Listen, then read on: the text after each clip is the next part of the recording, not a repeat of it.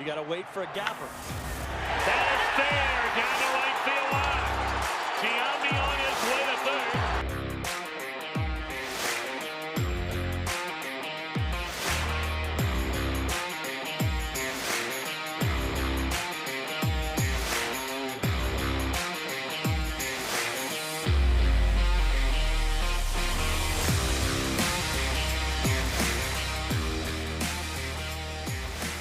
And they're going to wave him around.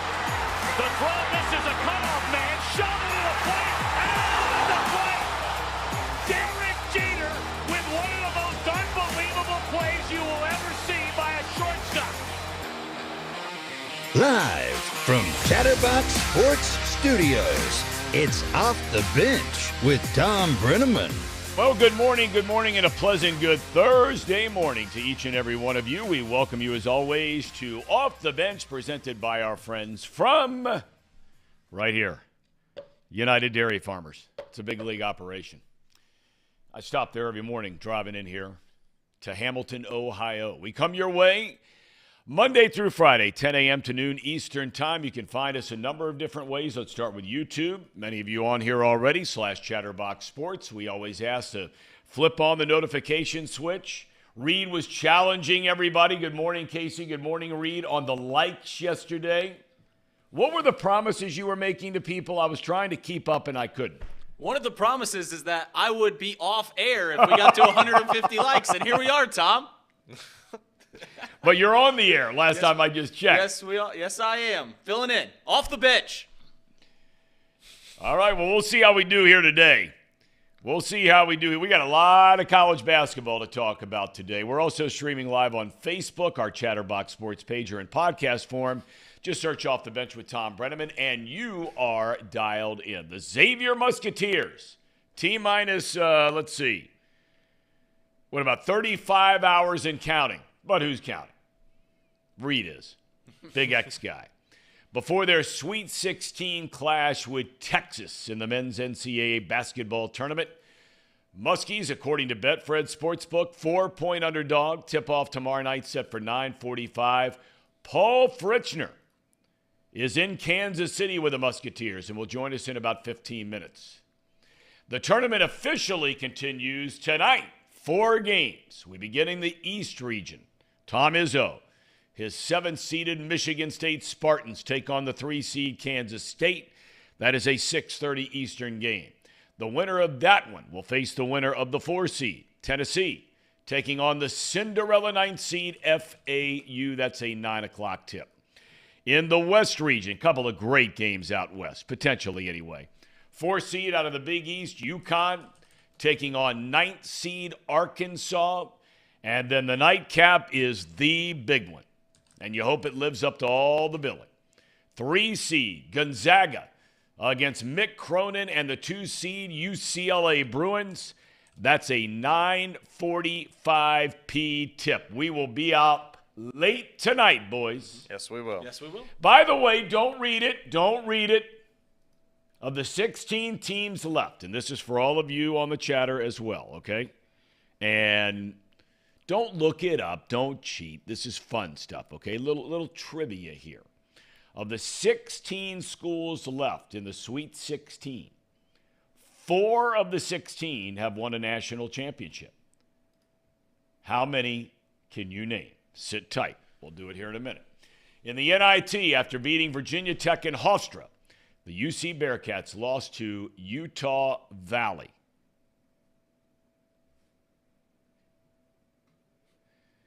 $74-68 last night. Landers Nolly II led the Cats with 23. He can come back next year if he chooses. Senior David DeJulius cannot come back next year. What a career he has had. One of the all-time great Bearcats. He finished with 19, and the Bearcats wrap up their season at 23-13. This was an unbelievable story in the NFL yesterday.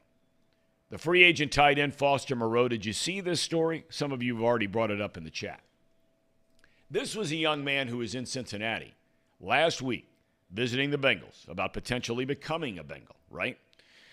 On a recent similar visit with the Saints, they do a team physical on Moreau. And their doctor was able to catch that he has Hodgkin's lymphoma. That's cancer.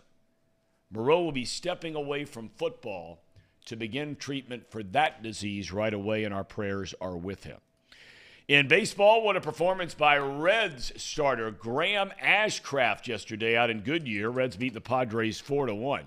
How about the line on Ashcraft? 6 innings, 1 hit, no walks, strikes out 10. Ashcraft is in line to start the 3rd game of the year behind fellow youngsters Hunter Green and Nick Lodolo. Opening day is 1 week from today. It is not a sellout. Boys, I can never remember in my lifetime, and that's not exaggerated. I mean, it was only a couple of years ago. Tickets go on sale, and they're gone in 2 hours. There are tickets still available for opening day. That's sad. Morale's at an all-time low, Tom. It's at an all-time low. I couldn't believe when I heard that yesterday. I just assumed that it sold out because it's always sold out. Astros star second baseman Jose Altuve will miss at least the first 2 months of the season after undergoing surgery to repair a broken thumb. You may remember the injury occurred when Altuve was hit with a 96-mile-per-hour fastball while playing in the World Baseball Classic against the United States for Venezuela. So here you have 2 of the big stars in Major League Baseball, one in a freak celebratory accident after the game in Mets closer Edwin Diaz. No telling how long he's out. And Altuve, at least for 2 months, getting hit. So that's what everybody's going to talk about when it comes to the WBC. All right, here we go. Some of the guesses. You guys want to guess? Some of these guys have looked it up. I can name 3 off the top of my head. UConn, UCLA, Michigan State. I don't know who the 4th is. Okay. Casey? Just based off of that, what about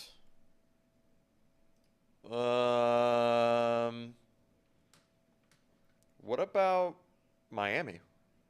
Has Arkansas won the big one? They There's have. your 4th, big boy. There it is. They're under, can you name the coach? For a bonus. It was in Big, strong, tough guy. It was in the early 90s, right? Yeah, 40 minutes from hell was what Yeah. they called themselves because they full court press the whole game. Yeah, I don't know. Nolan Richardson. Yes, Yeah. indeed. Didn't So they- many of you got it right. Let's see. Brian nailed it. Everett had Gonzaga. I think it's a surprise to many people Gonzaga has not won Correct. an NCAA tournament. Let's see if anybody else. Boom Shakalaka says it's not X. Joey, you got Arkansas. Houston has never won it. That's a good guess, Jim. A lot of people think Houston. They lost back-to-back. The best team to never win it, right? That's right. They had Clyde Drexler, Hall of Famer. Hakeem Olajuwon, Hall of Famer. And I'm forgetting one other player that was a great player. Phi Slamma-Jamma, right? Phi Slam. Perhaps everybody said 40 Minutes of Hell was a great nickname. Phi Slamma-Jamma was phenomenal nickname. They'll always be remembered as that, in one of those 2 championship games where they lost to NC State. Right. On that Lorenzo Charles. There's a name for you. Right. When he caught that ball that was short on the shot, and he dropped it in, giving NC State under Jimmy V the win. Okay, so you boys ready to roll tonight with some college basketball? We have Paul Fritzner coming up in a matter of minutes. Darren Horn, the head basketball coach at Northern Kentucky University, is going to join us today. We'll recap their season and have him give his thoughts on the Sweet 16. Houston plays tomorrow night. That's a team that knocked out NKU. Houston got a bigger challenge from NKU than they did from Auburn. Auburn hung around for a while, then got blown out of the gym. Yeah. Well, Auburn had the lead, 10-point lead at halftime? Yeah. But you're right. That Houston team, man, me and Trace have been talking about it. Between Alabama and Houston, I can't see anybody besides maybe UCLA winning this whole thing. I'm with you. Really can. I mean, Houston, they remind me so much of the old UC teams when Huggins was there. I mean, they got guys that are built like Hercules. They're crashing the boards. They're athletic. They're tough. They don't shoot it great like a lot of Huggins teams did not shoot it great. It's one of the reasons Bob has not won a national championship, either UC or West Virginia, is because they just don't have enough outside perimeter shooters. You got to have guys that can shoot the three. Yeah, so Houston's a weird team because they are, so lauded defensively, but they're consistently still putting 80 points on the board. They're very efficient on the floor. Yes. And maybe that's just because the conference they play in, the American, who, besides Memphis and some other teams really don't challenge them a whole lot. But, they slow the pace down. They still put 80 points on the board just because they're so efficient on the floor. But if you catch them, if you can get them to run up and down the floor, you have a chance to beat them. Did either one of you watch a UC game last night? No. In the background. Okay, I heard a great story yesterday from Mo Egger, and he travels with the UC team with Dan Horde and Terry Nelson, the radio team there. He was telling a story about they walked in this tiny little town, right, Utah Valley, and they walk in to go to dinner. And he's telling the story about they walk into this place and they don't serve alcohol there, like they don't in a lot of places in Utah, right? So this young woman, turns out she's a student at Utah Valley. These guys were wearing their Cincinnati garb, and she just went crazy that Cincinnati was in town, and she was explaining to these guys, yeah, there's a restaurant down the road where you can get a beer. But it was a great story. She was saying that everybody and his brother, so you saw what the gym looked like, right? Right. I mean, packed. It looked like Lakota West gym, right? Right. She said it's the first time ever in the history of the school that ESPN, ESPN2, ESPNU, anybody, right, had ever been to their school.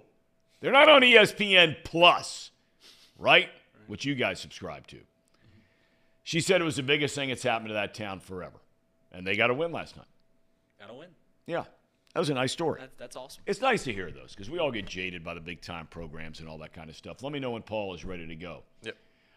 Is the Gonzaga-UCLA game the must-watch game, or are all four for you guys must-watch tonight?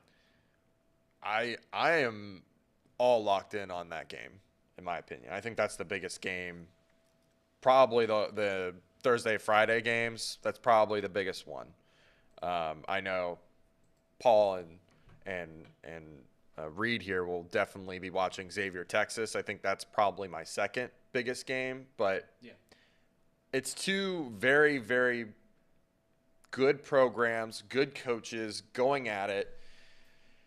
I mean, I think, dare I say, those they're not blue bloods. I mean, Gonzaga you might consider a blue blood, but UCLA is right up well, there. historically speaking, they're the ultimate blue blood. Yeah, they've won more Yeah. championships than anybody, Case. by far. Yeah, so I'm just saying, like, But they've been What- resurrected. Yes. right. Yes, Yeah. a couple of times. A couple of times. Right. Yeah. Right? Wooden was there. Gene Bartow was there. Gary Cunningham was there. And then it started to, kind of do this thing. They had that Farmer, I think, was, for a while. And then Ben Howland brought him back up. Right. Right? He left Pitt, came to UCLA. They run him off because nobody wants to play defense. None of the California guys wanted to play defense. That was a word. Howland takes him to Final Fours and national championship games, and they run him out. And then they go down, down, down, down again. And now Mick, he convinced those California guys to guard somebody. To play some defense. They won in 96, I believe. And then they had that team about 15 years ago. That was Steve Lavin, wasn't it? Yes, I believe so. I think. And then they had that team that went to the finals about 16 years ago with Kevin Love and Russell Westbrook. That was Ben Howland in that group. Yeah, that was, but they ended up losing. I don't know if it was in the Final Four of the championship, but they had a really good team about 16 years ago. And then Steve Alford stunk. Now they got Mick. All right. Well, he's not wrapped up in all of his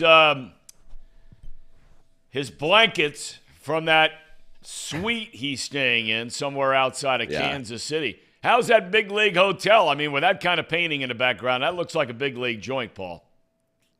Oh, it's a Courtyard Marriott. It is fantastic, Tom. Although I do wish they had free breakfast. I'm running on fumes here. You missed. Why? Did you sleep too late? What time did you get in there last night? Oh, yeah, the trip yesterday was horrific. Took us 11 hours. Should have taken us 8. What happened? I-70 was closed. I-70 was closed in southern Illinois, so we had to go through all the small towns in Illinois to get here. It was a trek, but we're here. We're good. All right. Well, I'm glad you're. Did you drive that car of yours, or did your running mate drive his car? No, I took a family car, so I did not drive Jackie. No. Okay. All right. We're safe. We're just glad you're safe and sound. And by the way, thank you to Steve Ross. He reminded me that Jim Herrick was the coach when UCLA in '96. Herrick had a nice run there.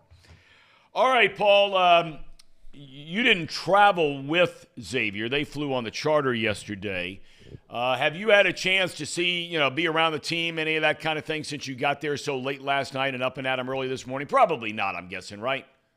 No, as soon as we get off of here, they have a practice in a few minutes, so I'm going to go over to practice, and then I'm going to go. They do a media session this afternoon, so that's kind of the introduction to everything for regional weekend. So, no, they haven't done anything yet. That'll be this afternoon. All the teams practice today. All the teams do media today, so we'll get more of an idea this afternoon. But no, everybody's here and they're going, and I'm just really interested to see how they handle everything because weekend after weekend it gets bigger and bigger, and these guys haven't been in this situation before.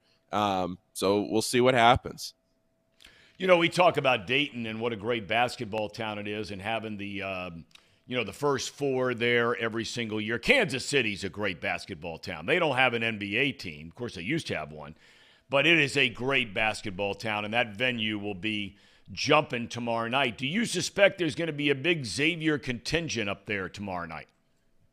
I do. I'm interested to see what the crowd is like tomorrow night because I know Houston travels really well. It's all one session when you get into the Sweet 16. So both teams or both games, you get one ticket, you get in. So I know Houston travels really well. From the messages I've got from Xavier and from what I've seen on Twitter, there are people flying in from all over the country. People are driving in tomorrow. I know a lot of people are leaving Cincinnati tomorrow morning to drive to get here. So I'll be really interested to see what the Xavier crowd is like. It was a good crowd in Greensboro, but Kansas City is a lot farther. Kansas City is a lot farther than Kansas City is a lot farther than Greensboro. To Good get here. Lord. Were you drinking on the drive up while your buddy was driving? I didn't have. Did you leave like a 3/4 empty bottle of MD 2020 and a couple of Coors Lights in that car while your buddy was driving?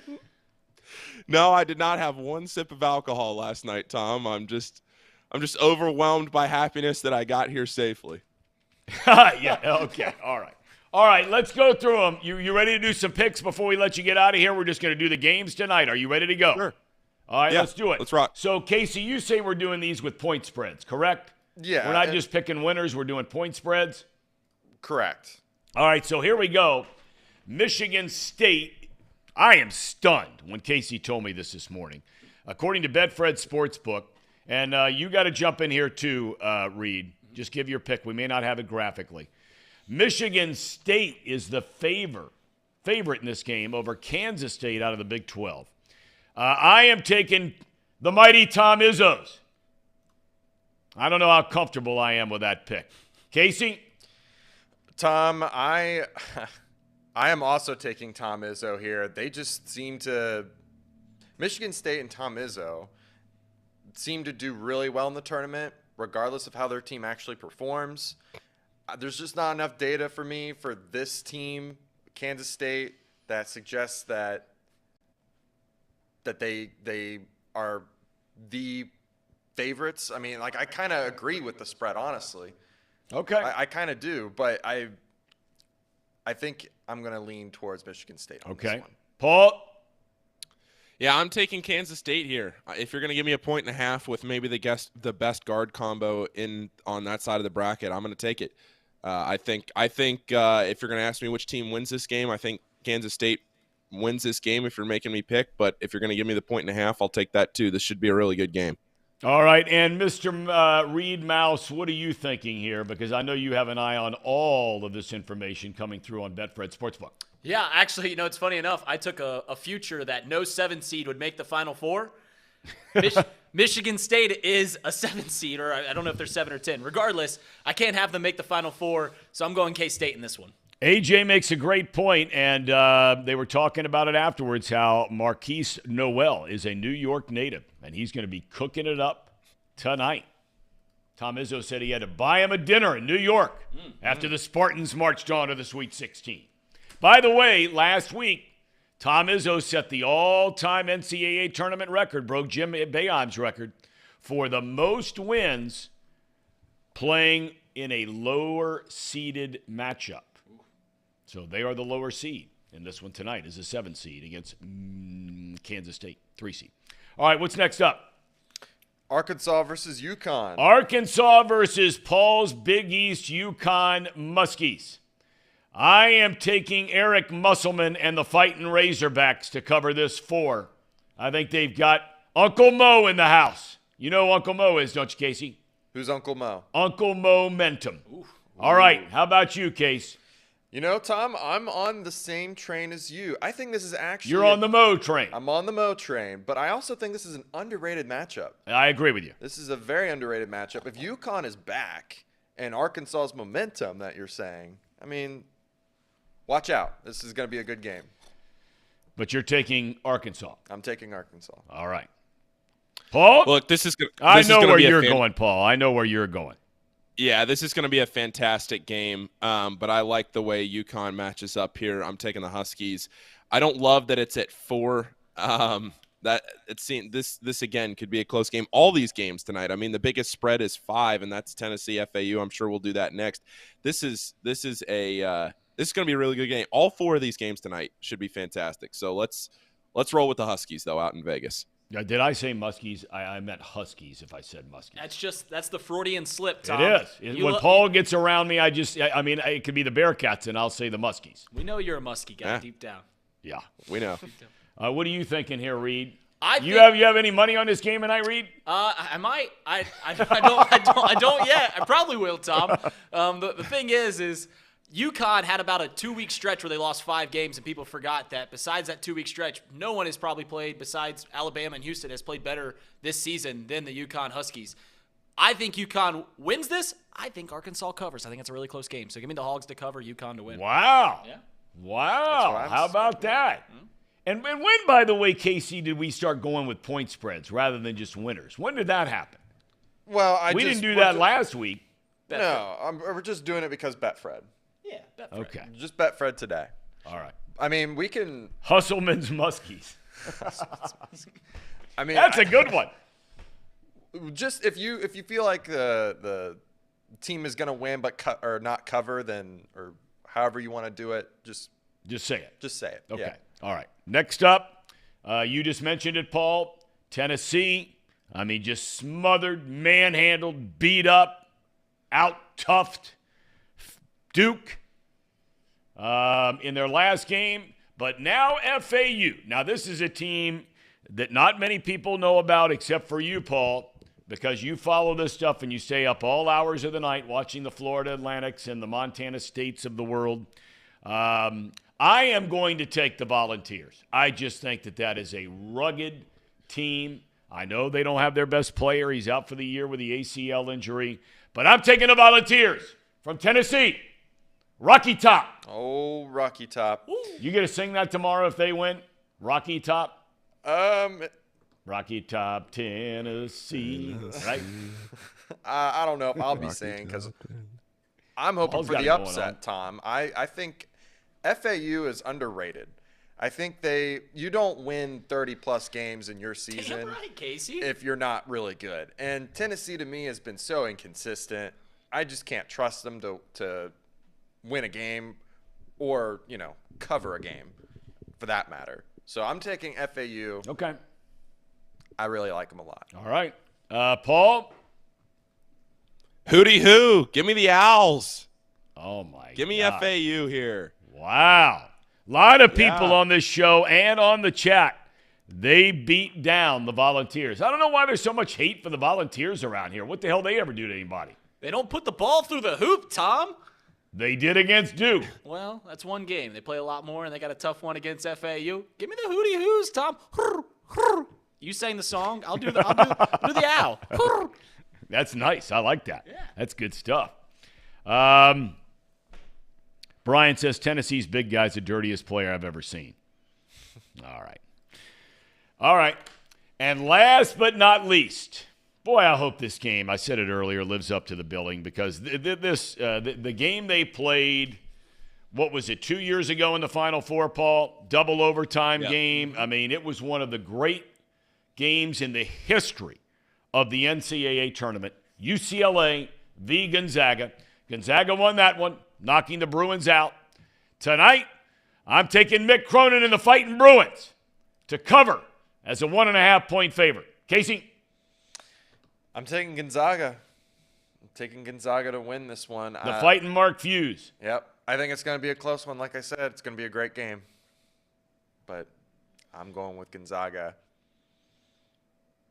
Okay. Paul?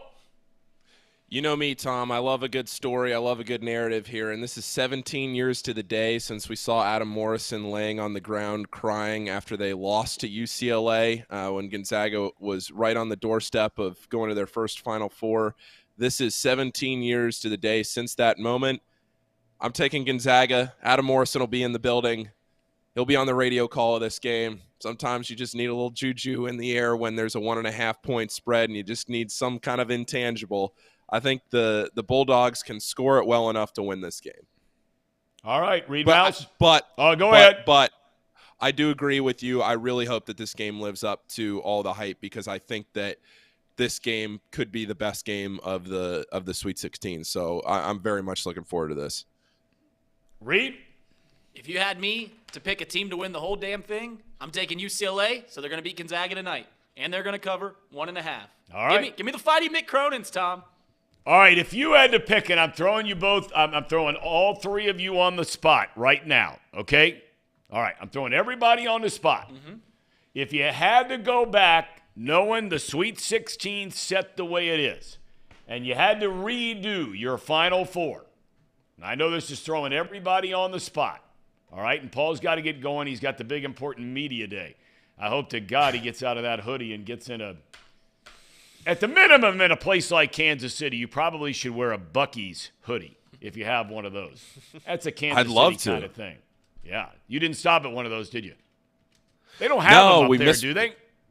No, we missed it. I was going to stop on the way down to Greensboro last week, but I took the other route. If I had gone down through Kentucky, I would have. All right. I wonder if they even have them up north. I think that's more right now a southern kind of thing, right? Yes. Okay. All right. My Final Four, look, I'm sticking. I got 3 of my 4 final teams left, Final Four teams, right? So I had Gonzaga, I had Houston, and I had Alabama. Those 3 are still alive, and I'm not changing them, even though I can change them right now, but I'm not. And the other one will come out of that region where start flipping coins. I am going to say the Fighting Tom Izzos come out of there, Michigan State. As my 4th. Casey? Tom, I had Alabama. I'm sticking with that. I had Texas. I'm also sticking with that one. I had Kansas in the other one. I'm going to pick UConn to go to the Final Four. Okay. I'm going to also pick Michigan State as well. Okay. All right. Paul? All right, so You're looking at a bracket right now. You're trying to figure it out. I'm picturing in my head. So in the top left, I'm going to stick with Alabama, although I think Creighton has maybe the easiest road there because they're only going to have to beat Princeton to then get to that Elite 8. Yep. Top right, I'll go Houston. Bottom right, I will go UConn as well, Casey.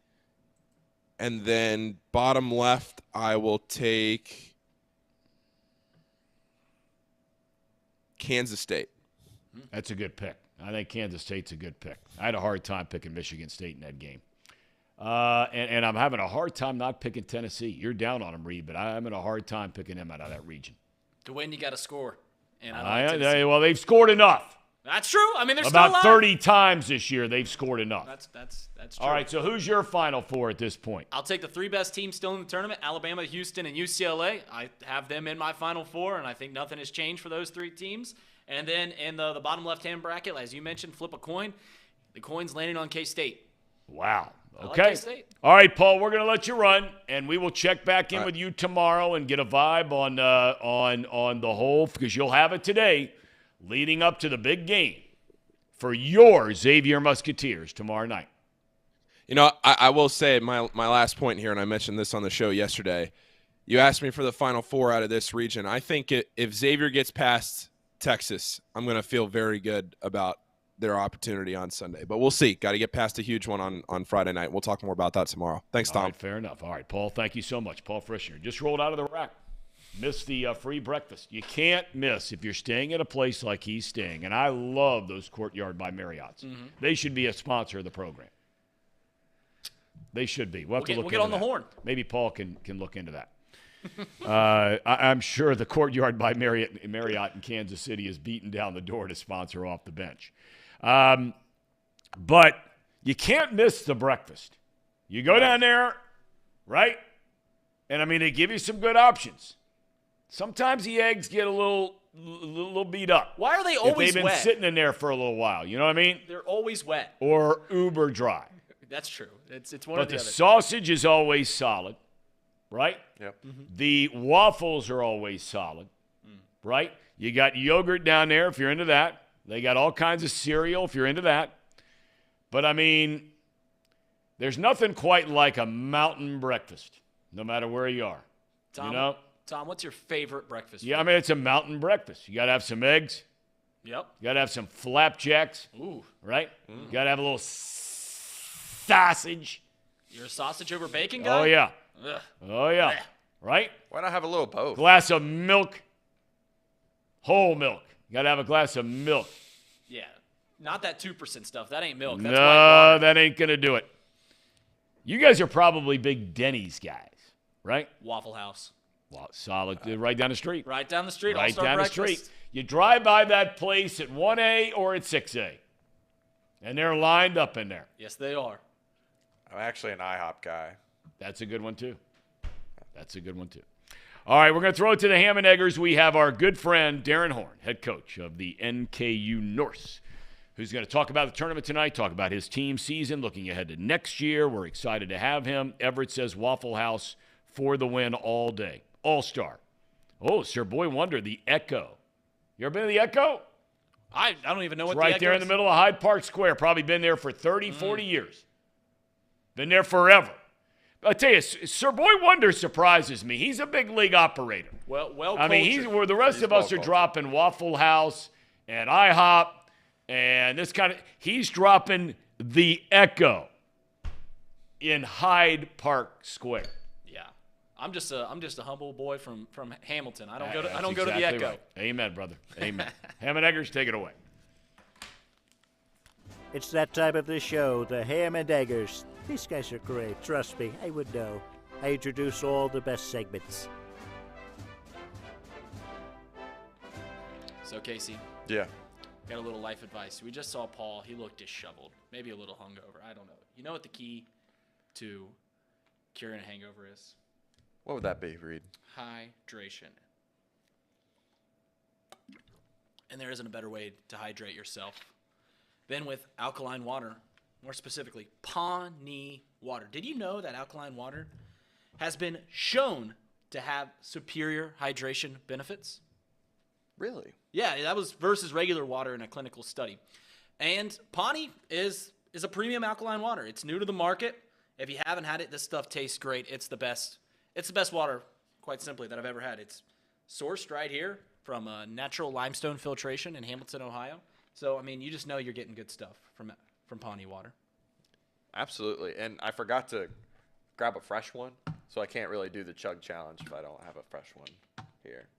But Oh, you?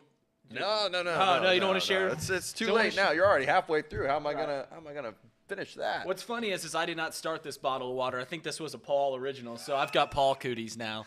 Hopefully he's not sick. So, or hopefully it just expires after about 24 hours.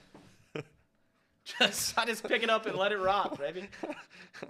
You're getting a kick out of that. Paul, or Case, Yeah. I don't know if you saw this on Twitter, but our good sponsors there at Betfred Sportsbook, and I don't know if our viewers saw this, they put out a tweet yesterday that if you retweet and like this, they're giving away a $500 Fred bet to 5 lucky fans and 5 users of Betfred Sportsbook. All you have to do is retweet and like the tweet and then show your bet slip on one of these Sweet 16 games. I took Xavier because the Muskies are going to beat Texas Longhorns yesterday. You sent out a tweet just a little while ago to get in the sweepstakes. Yeah. Arkansas, baby. The Hogs. Call the Hogs. By the way, listen. I had every intention of not coming on the show today. I know that was the deal. If we hit a certain number of likes, then I was banned from the show. Every intention of not only missing today, not being on the show for tomorrow's box lunch. I'm a man of my word. And I walk into the office, and they pulled me off the bench. Coach said, "Hey, Reed, put in the righty." So I came here, and I'm sorry about it, Mass Cop. Sorry about it, Jerome Hunter fan club, even though you're the same person. I got to be here on the show today. I mean, sometimes you just got to roll with the punches, right? Well, the name of the show is Off the Bench, so that's exactly what I had to do. I had to come off the bench, and I'm happy to be here. I love being on this show. I love yapping it up with Thom. We love having you on the show. You bring a little energy to this show. That's what I do, Thom. Thom. Paul and Casey, I think they stay up too late, and they're not getting a proper amount of sleep. I mean, good Lord, you see Paul there. How do you sleep through breakfast? A free breakfast. You can't do that. I mean, that's amateur hour. Right? Right, similar to when I come on the show. It's amateur hour. No, I think you're a big league operator. You come on here, but I mean, it's amateur hour when you check into a hotel. Part of your room is helping to pay for this food, right? They lay it out there. The people work very hard to prepare that food. They're getting in there at Lord knows when, 4:30, 5 o'clock in the morning, and you blow it off. You know what it is? Me and Paul have not discovered UDF coffee. That's what it is. Well, I drink enough for both of you combined. That I can assure you. Did you do a hog call while I was out of here? Casey has an incredible hog call. I mean, I just got Casey, go ahead and do your hog call. I went. That's what happens when you grow up in Blanchester. That is solid. I love that. Boom Shakalaka said Reed is a kind of guy that when he was a kid, he'd sit in front of the mirror and watched himself talk, making facial expressions, and could never walk away from that said mirror. I'd bet the house on it. Would he win or lose that bet? I think Boom is saying that I'm conceited here. I'm really into myself. And I don't know about that. I don't believe that. Yeah, I wasn't staring at the mirror. No, I'm not believing that. Reed's not that kind of guy. Right, Thom. Thank you. You've got my back. I've got your back. You've got mine. No doubt about it. We have our buddy Darren Horn coming up here shortly. Is there anything on your mind with the Fighting Norse before we get to Coach Horn? Well, I just want to show him our brackets because all you guys, Paul and you, Thom, picked Houston to win. I was the only one that stuck to their guns and had NKU winning that game. And so what are you going to do? You're going to humiliate the rest of us in front of him, or would you just go about it the more, sort of, what's the word, diplomatic route? It's a big word. I don't know where I came up with that one. The more diplomatic route of just showing your bracket. This is probably what I'm going to do is just show my bracket. But you didn't even know they had a basketball team until we started having Coach Horn on this program. Did you ever go to a basketball game when you were a student at NKU? Tell the truth. That you didn't work. That you didn't work. Oh, that I didn't work? No. I never went as a fan. I never went as a fan. I worked the entire season. I think it was 2020. When was the COVID year? 2020. So 2019. I worked that entire season.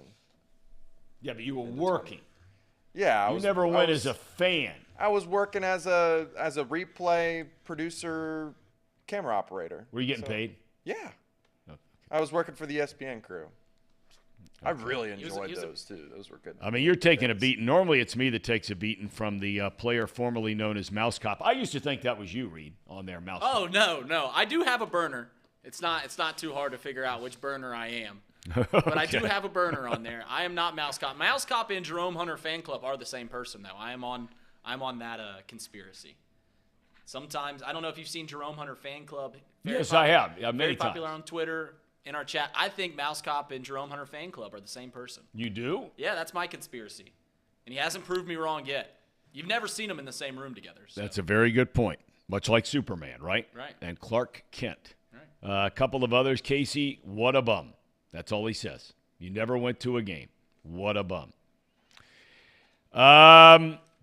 Jerome Hunter, by the way, lit up Paul's space on Friday.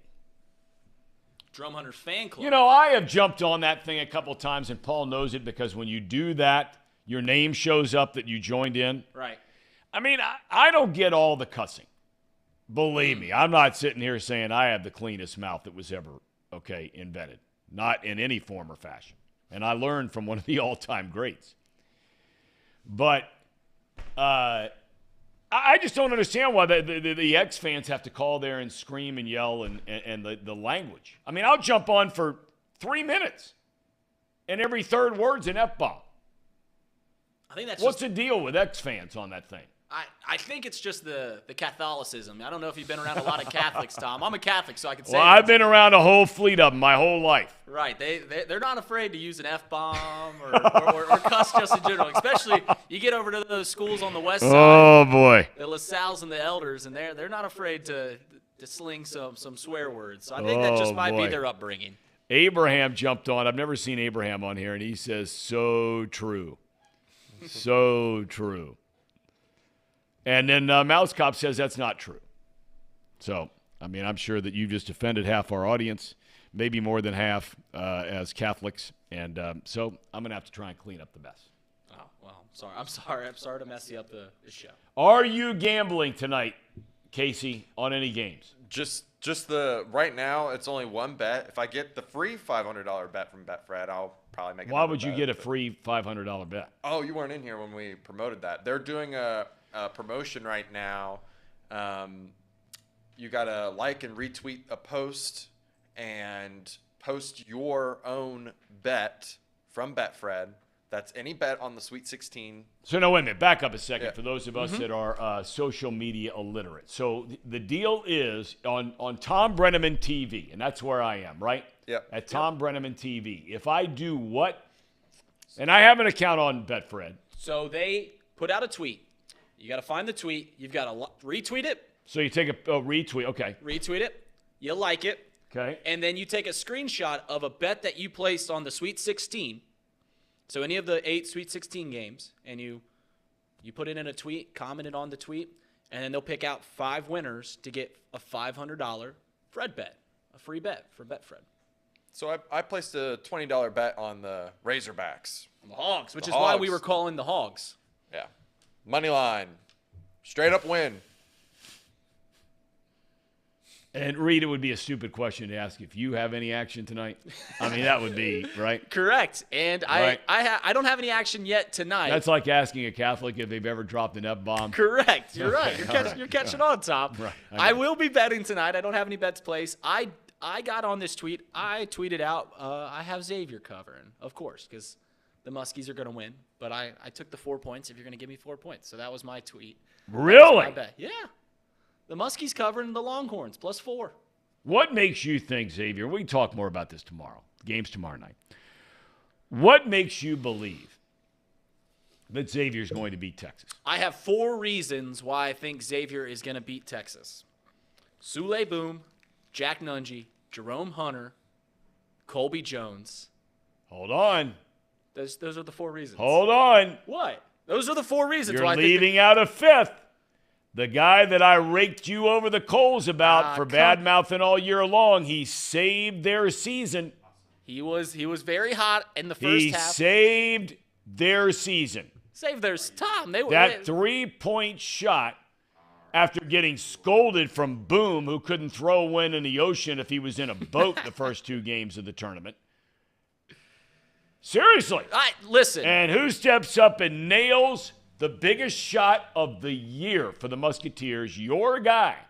I'm not. Actually, he's been my guy, truth be told. It's the only guy I have on the Muskies team. Is Kunkel. It's been a long take that I don't appreciate. Out of all the starting 5, Kunkel's my least favorite on the Muskies. But I'll tell you what, he's playing well in the tournament. So I've had to rescind that take that Adam Kunkel stinks. He's been proving me wrong. And the thing about Adam Kunkel is he just plays the game the right way. Tom. Yes, he does. Yes, he plays does. with a lot of fire and a lot of passion. And those are the kind of guys where when they play for your team, except for a lot of Xavier fans, he's been their whipping guy. That's not. I think starting with you, I have heard more X-fans beat that kid down than anybody on that team. I don't hear anybody saying anything about Sule Boom. Well, and like I said, first 2 games of the tournament, he couldn't throw one in the ocean if he was in a boat. You're absolutely right. That's all I'm saying. That's all I'm saying. I'm not beating down college kids. I don't do that. Well, one of our all-time favorites, he was kind enough to join us going all the way back to the win over UC. And what a year he had as head coach of the NKU Norse. Darren Orn, Coach, how are you? Nice to see you. Are you able to relax a little bit now? What are you doing these days? Just watching some basketball? What? No, Tom. There's a new phrase in college basketball. If you remember the old video game Mortal Kombat. Yes. Now this time of year we're all in Portal Combat. Ah. I mean, it's jump in the portal and recruit, and try to figure out your roster. You transition very quickly from head coach to a GM and a little roster management this time of year. Let me ask you first of all, and I get confused, and maybe even you do. I'm sure you don't. I'm saying that tongue in cheek, but between the COVID year and players getting a 5th year, if they're able to take a red shirt, all those kinds of things. Who are you going to lose for sure off the team from this year? Yeah, the 3 seniors that just have no more eligibility left are Chris Brandon, our rebounding machine, center, Trayvon Faulkner, who some people in our league I think thought played 9 years in the horizon. All the kid did was win 3 championships and qualify for 3 NCAA tournaments. And then our grad transfer point guard used his 5th year. Xavier Rhodes. So those are the 3 for sure in terms of no eligibility that won't be back. Okay. Now walk me through a little bit, and I find this so interesting when you're talking about the portal. It kind of reminds me of like trying to scout high school baseball players, right? I mean, because there are hundreds of college basketball teams in Division I. Then you throw in maybe a D2 or a D3 guy that might catch your eye. Then you throw in a junior college guy that might catch your eye. How are you able to figure out who's out there and really scout and get a look? Or can you talk to a kid? Walk us through how you're able to just accumulate a list of players that you'd at least like to look into. Yeah, it's really kind of a microwave type deal too, right? It happens fast, but the list is generated, Tom, from they've got to officially enter themselves into the portal.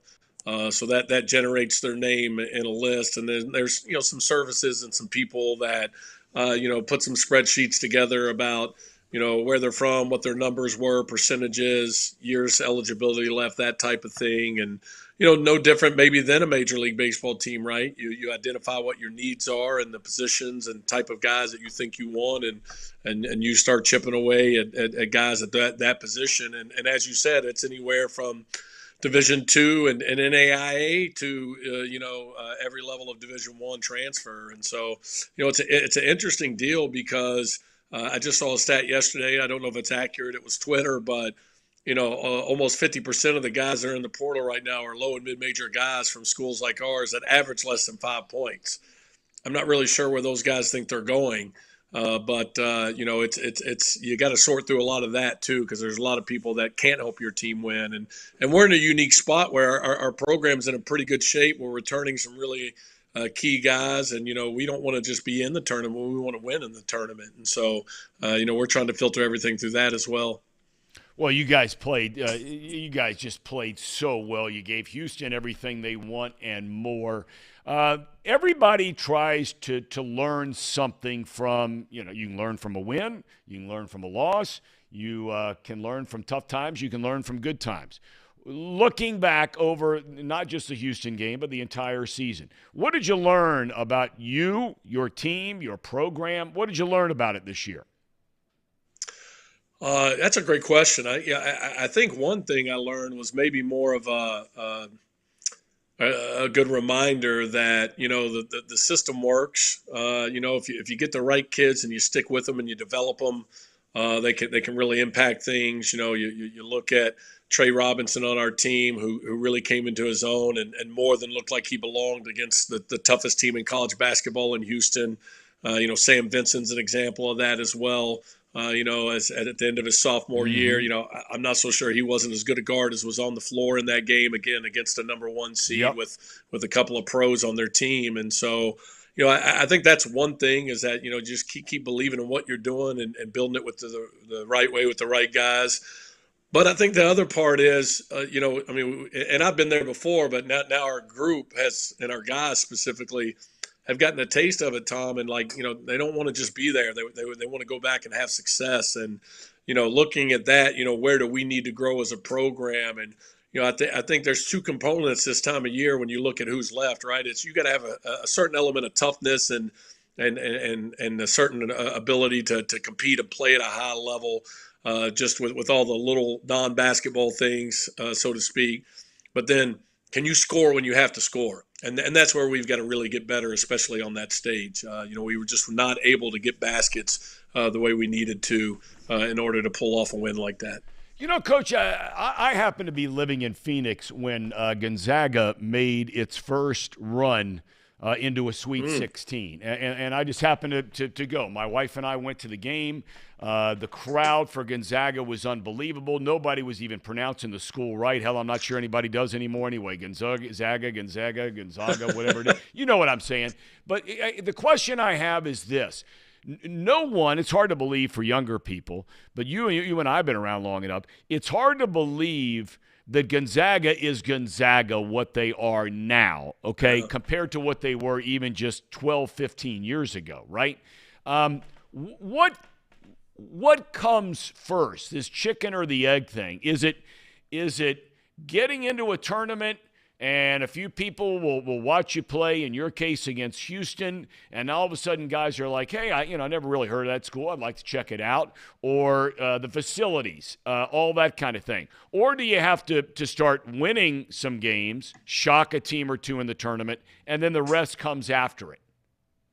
Yeah, I think you got to build your program and win, first. And then I think, what Gonzaga's done an unbelievable job of, and I've actually talked to Mark about this before on the road recruiting, is they've been able to maintain that, and not only maintain it, but improve it over the years, because they've never had a drop in talent. If anything, they've increased it. And, now in the last 3 or 4 years, they're going after the same guys that UCLA and Kentucky are and getting some of them. It's not just Pacific Northwest guys. It went from having guys that were really good to now they're able to beat people in the Pacific Northwest, Washington, Oregon, some Pac-12 schools for players, to being able to recruit nationally. And at the end of the day, it all comes down to personnel, right? I mean, my number one evaluation for us moving forward is, all right, we hung in that Houston game. All right, when I'm watching it and I'm being honest with myself, who really belonged on that floor? If we played them 10 times, could play well enough to give us a chance to win again. And how do we get more guys like that? And I think that's where Gonzaga has really, mastered that and done it, honestly, probably better than anybody in terms of being at one level and raising their program to a different level and being able to stay there. I mean, I think this weekend is 8 straight Sweet 16s. I don't know if any of the Blue Bloods even have done that. No, I mean, it's unbelievable what they've done. Are you watching a lot of these games, or are you just so wrapped up in all this other stuff with your program right now that you're just too busy to even watch a lot of it? Yeah, I'll watch some. My son's a walk-on at Kentucky, so I immediately left Birmingham and drove to Greensboro and watched their first game and their second game. Again, another great example. Kansas State made some shots at the end. Kentucky didn't. Kansas State moves on. It's really sometimes that simple in March. But no, I'll watch some, especially people that I'm close with, that I have friendships with, and I'm pulling for. We're definitely it's not golf mode right now for sure, because we got to try to make sure that our roster is not only that we fill some holes, but that we get better. And I think that's the number one thing is you've always got to be looking for a better player. I tell our guys all the time, I make no bones about it. If I can find a better player than Sam Vincent and Marquez Walker, we're going to sign him. We're going to sign him because that's what this is. And I think if you've got good players that want to win and be pros, they want you to do that. And we feel like we have that in our program, and that's kind of what our goal is and our focus right now. Are any of your players in the portal? None of the guys that played minutes heavy that we really hope come back are in there, and at this point, and again, there's money involved now, right? It's semi-pro basketball, so I guess there could be an offer at some point that can't be refused. But as of now, the guys that played minutes that we want to come back are set to come back. Okay. Are there one or two games out there? Maybe they're both tonight, maybe none are tonight. They're tomorrow night. Are there a couple of games that really, whether it's friendships, whatever the case may be, that pique your interest, where you'd like to find the time to watch a little bit more of it than say some of the others? Yeah, I mean, just from a basketball standpoint, because I'm really intrigued by it. The UConn-Arkansas game. Arkansas has been great in the tournament. They're really tough to play against. I think UConn could win the national championship. They've got all the necessary elements to do it. They're playing really well right now. I think that game's going to be really interesting. And I think the Gonzaga-UCLA game, contrast in styles. UCLA's a little beat up, but, man, so hard to play against. And, Gonzaga, here they are again in the Sweet 16. And, can they continue to win and make another run to the Final Four? Those are two games to me that really stick out as ones that, just as a basketball fan, I'd like to see. I found it to be a surprise. Maybe I shouldn't. I don't know. I was really surprised when they said during the broadcast last week about Arkansas getting to 3 straight Sweet 16 since Musselman has been there. I think that is an amazing accomplishment. I don't care if you're coaching for North Carolina, Duke, Kentucky. Your expectations may be higher at those schools, but you've coached down there in Arkansas. I mean, they love their basketball at Arkansas. No question. I mean, I think second only to Kentucky in terms of basketball passion in the SEC. And, again, we've talked about it when I've been on here before, right, Tom? This deal is about March. We make no bones about it at our place. It's a different path and mindset, I think, at a mid-major school. But, are you built for March? Is your team built for that? That means a lot of different things basketball-wise. Everybody's got maybe a different approach and philosophy to exactly what that means. I mentioned Mark Few earlier. His whole deal is, hey, if I'm going to err on the side of something, I'm erring on the side of a good offensive player. I want to be able to score when we have to and figure out the rest. Musselman's done it with great versatility, right? A lot of interchangeable parts, a lot of guys that can go make plays for themselves, can make big shots, play one-on-one, switch a lot defensively. And I think, give those guys credit, those two programs as an example. Can you win in March? That's what matters. I mean, look at poor Purdue. There's not a better person or coach in college basketball than Matt Painter. They're getting crucified right now because, they're not lasting as long as their seed says that they should. And, I think a big part of that is, is your team built for March? Because, hey, look, at the end of the day, everybody's well coached, especially you get to this round. Everybody's going to compete, defend at a high level. Can you go make plays on both ends when you have to? That is all this thing is coming down to, and I think Arkansas is a great example of that. Yep. Well, Coach, we're so excited. Northern Kentucky alum Casey McAllister would like to share before we let you go that he had you. Go ahead, Casey. You want to brag about it? Go ahead. Well, I had you winning the first game in the tournament. Fate. I even had a little bet going on with my boss about this game. So I had a lot invested in this game. I thought you guys had a really good chance of winning. I know it's a disappointing loss, but you guys were right there. I mean, just a few more threes sink, and that game is another upset in the tournament. Well, what's crazy about it as a coach, I went into it thinking, man, if can we handle their physicality? Can we deal with their level of toughness and defense and on the glass? And we more than held our own in that. In fact, Kelvin's words, not ours, we out-toughed the toughest team in college basketball. I never dreamed that the issue would be we couldn't make enough shots. I thought we'd find a way to do that, man. Are we going to be able to hold them off the glass and stop them enough and just handle the physicality? So, again, proud of our guys and wish a few more had fallen. I think maybe we could have had a chance to pull it off. Hey, but don't overlook, we haven't touched on it. I know you guys probably got to go. Xavier can get to the Final Four now. Those guys can score. They got a coach that knows what they're doing. They've got a guy in Baum, or however you say his name, who can go get a basket when they have to. They can win these next 2 games, man. Well, I mean, you get to this point, and I think you can make a case. Sometimes it involves matchup. Sometimes it involves, your path to get there. I mean, Sure. So for Xavier, they're going to have to beat a 2 seed in Texas. That would be tomorrow night. And then, of course, they'd have to knock off, if it is, not to say it's a slam dunk, then it's going to be, but they would have to find a way. That Houston team, golly day, are they big. Just physically. So I mean, when your guys walk on the floor, and clearly you had a lot of guys that were not backing down. You just pointed out, I think anybody that watched that game, you were not intimidated by them. But, man, do they have some guys. The whole team looks like Hercules out there. Doesn't make them great basketball players, but it's unreal. Even their guards, right, Tom? I mean, Yeah. just so thick and physical. And I think the issue with them is that they're incredibly disciplined. And so you're not going to get anything easy against them. They make it really hard on you defensively because they're so good on the glass and they're so physical. But, I just think, they're a team too. There's a cumulative effect of that, right? And I think to some degree it did wear us down a little bit at the end and probably affected our shot making. But they just keep coming at you and keep coming at you. And, what Kelvin's done there is awfully impressive. Yeah, he's a big-time coach. There's no debate about it. All right, Coach, we thank you as always for your time. We're always pulling for you guys. Wish you nothing but the best of luck, and can't wait for you guys to get us started again next season. Always a pleasure, Tom. Thanks for having me, man. All right, great. Darren Horn, head coach of the NKU, the Fighting Norse. Casey, you were on board with them all along. All along. All the way through. And, again, I think despite them losing, I think what it did, though, at least for the locals here, it makes people actually look at NKU like a serious team. I think the Horizon League is it's not a great league. No, but you know what? But I don't want to interrupt you, but I mean, last year people forget. Wright State won a game in the first 4. Right? Yeah. And I think the respect of that over the last number of years is the fact that Northern Kentucky was not in the first 4 this year. Yeah, they looked at them as being one of as being the best 16 seed. Now you say, well, big deal. Well, that is a big deal.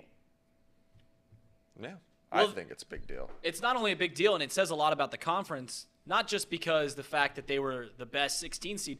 Reminder, they didn't win the regular season in the Horizon. So they didn't have the 1 seed in the tournament. That's how high they think of the Horizon Great League point. is the 3rd seed or the 4th seed, whatever NKU was, that went on and win the tournament. I know it was only about a game spread, but still, it wasn't the top team in the conference, and they still said this is the best 16 seed. We thought they might even get a 15. Yeah. I'm looking forward to the Horizon League next year. I really hope that Darren can pull through again and win the Horizon League. And I'm very much looking forward to, if it's for sure, they've got it sealed up where they win 27, 28 games, they win the regular season, they win the tournament, where they would be seated at. I'm very, very interested to know what that looks like next year. Well, we love Darren Horn. We do. Yes, we do. We do. He is a Kentucky guy through and through, born and raised down there. Not only coached in the NCAA tournament, he played in the NCAA tournament. Trace Fowler says if NKU plays by Purdue, they win by 15. I don't know. You know about what, that. though? They I played want to so ask a bad. serious question here a second because you guys follow basketball. Yep. And I've got a good friend of mine who's a Purdue grad. All he did all year long was walking around, sticking his chest out.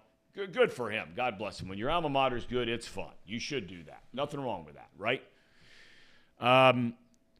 But you just heard Coach Painter I mean, they are wearing – I mean, you just heard Coach Horn talking about Matt Painter, the head basketball coach at Purdue. And there are a lot of people wearing him out. I mean wearing him out, okay? Number 1 seed, Big Ten champion, go in the tournament, bounced. Opening round, gone. Only the second time it's ever happened in the history of the tournament where a 16 beats a 1. Or were they a 2? It was a 15. That was a 16. They were a 16-1. 1. Yeah, 16-1. Okay. You know, it does make me wonder, and I wanted to ask Coach Horn about it, but I wanted to let him go. He had been generous with his time today and all year long. I almost wonder, because I think Matt Painter's a great coach. And people, a lot smarter than me say the same thing. They say he is a great basketball coach and like Coach Horn said, an even better guy. It's almost impossible not to like Matt Painter. He is a cool guy. I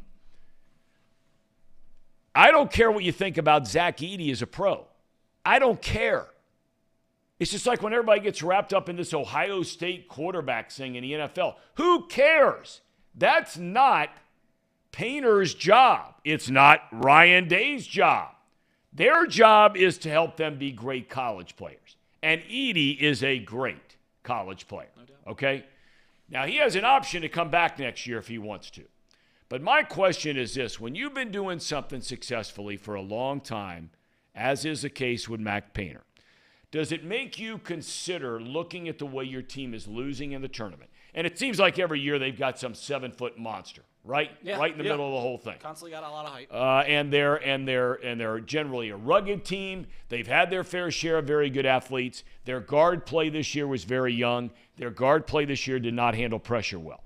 It makes me wonder, is it possible for a guy at 50-something years old, whatever Painter is, to now say, I've done a lot of reflecting. Maybe it's time to start changing the way we play. Listen, their last 3 exits in the tournament, Tom. 2021, they were a 4 seed. They lose to North Texas in the first round. Last year, they make it to the Sweet 16. They lose to 15 seed St. Peter's in the Sweet 16. This year, the 1 seed, they lose to Fairleigh Dickinson, 16 seed, second time it's ever happened. So in the last 3 tournament runs, they lost to a 13 seed, a 15 seed, and a 16 seed. Something has to change there, right? That is not a coincidence now that it's happened 3 times. And I think that because of how great Zach Edey was, the way that his style play is, I think they were a little handcuffed in how they had to play their game. Yep. Because you had to get it to Zach Edey. You had to work away from Zach Edey. But you're right. You've got to do a little self-reflecting. I don't know if Matt Painter's on the hot seat. I know that they want him out there. I know that the fans do. I don't know if his job's actually in jeopardy. No, he's not in any jeopardy. He just won a Big Ten regular season and a Big Ten tournament. They're not going to fire the guy. But, you're looking, if they have an early exit next year, next year, that's a different deal now next year. That's a different deal. Right. Yeah. You get beat in the opening round as a Big Ten. And look, if Edey comes back, they're going to be a top 5 preseason team again. Right. Right? And should be, because he'll be the best big man in the country. If I were him, look, I don't tell anybody what to do. I don't know what their family situation is as far as, their finances are concerned. He would certainly be a first-round pick, maybe late in the first round. Right. Because the NBA game has changed so much.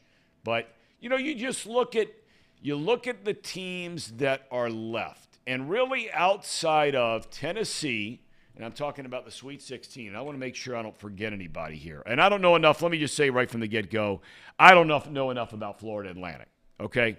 I don't. Or Princeton. I don't know enough about them, right? Okay? But when you look at the top teams that are playing in this tournament, you go with, outside of Houston and Tennessee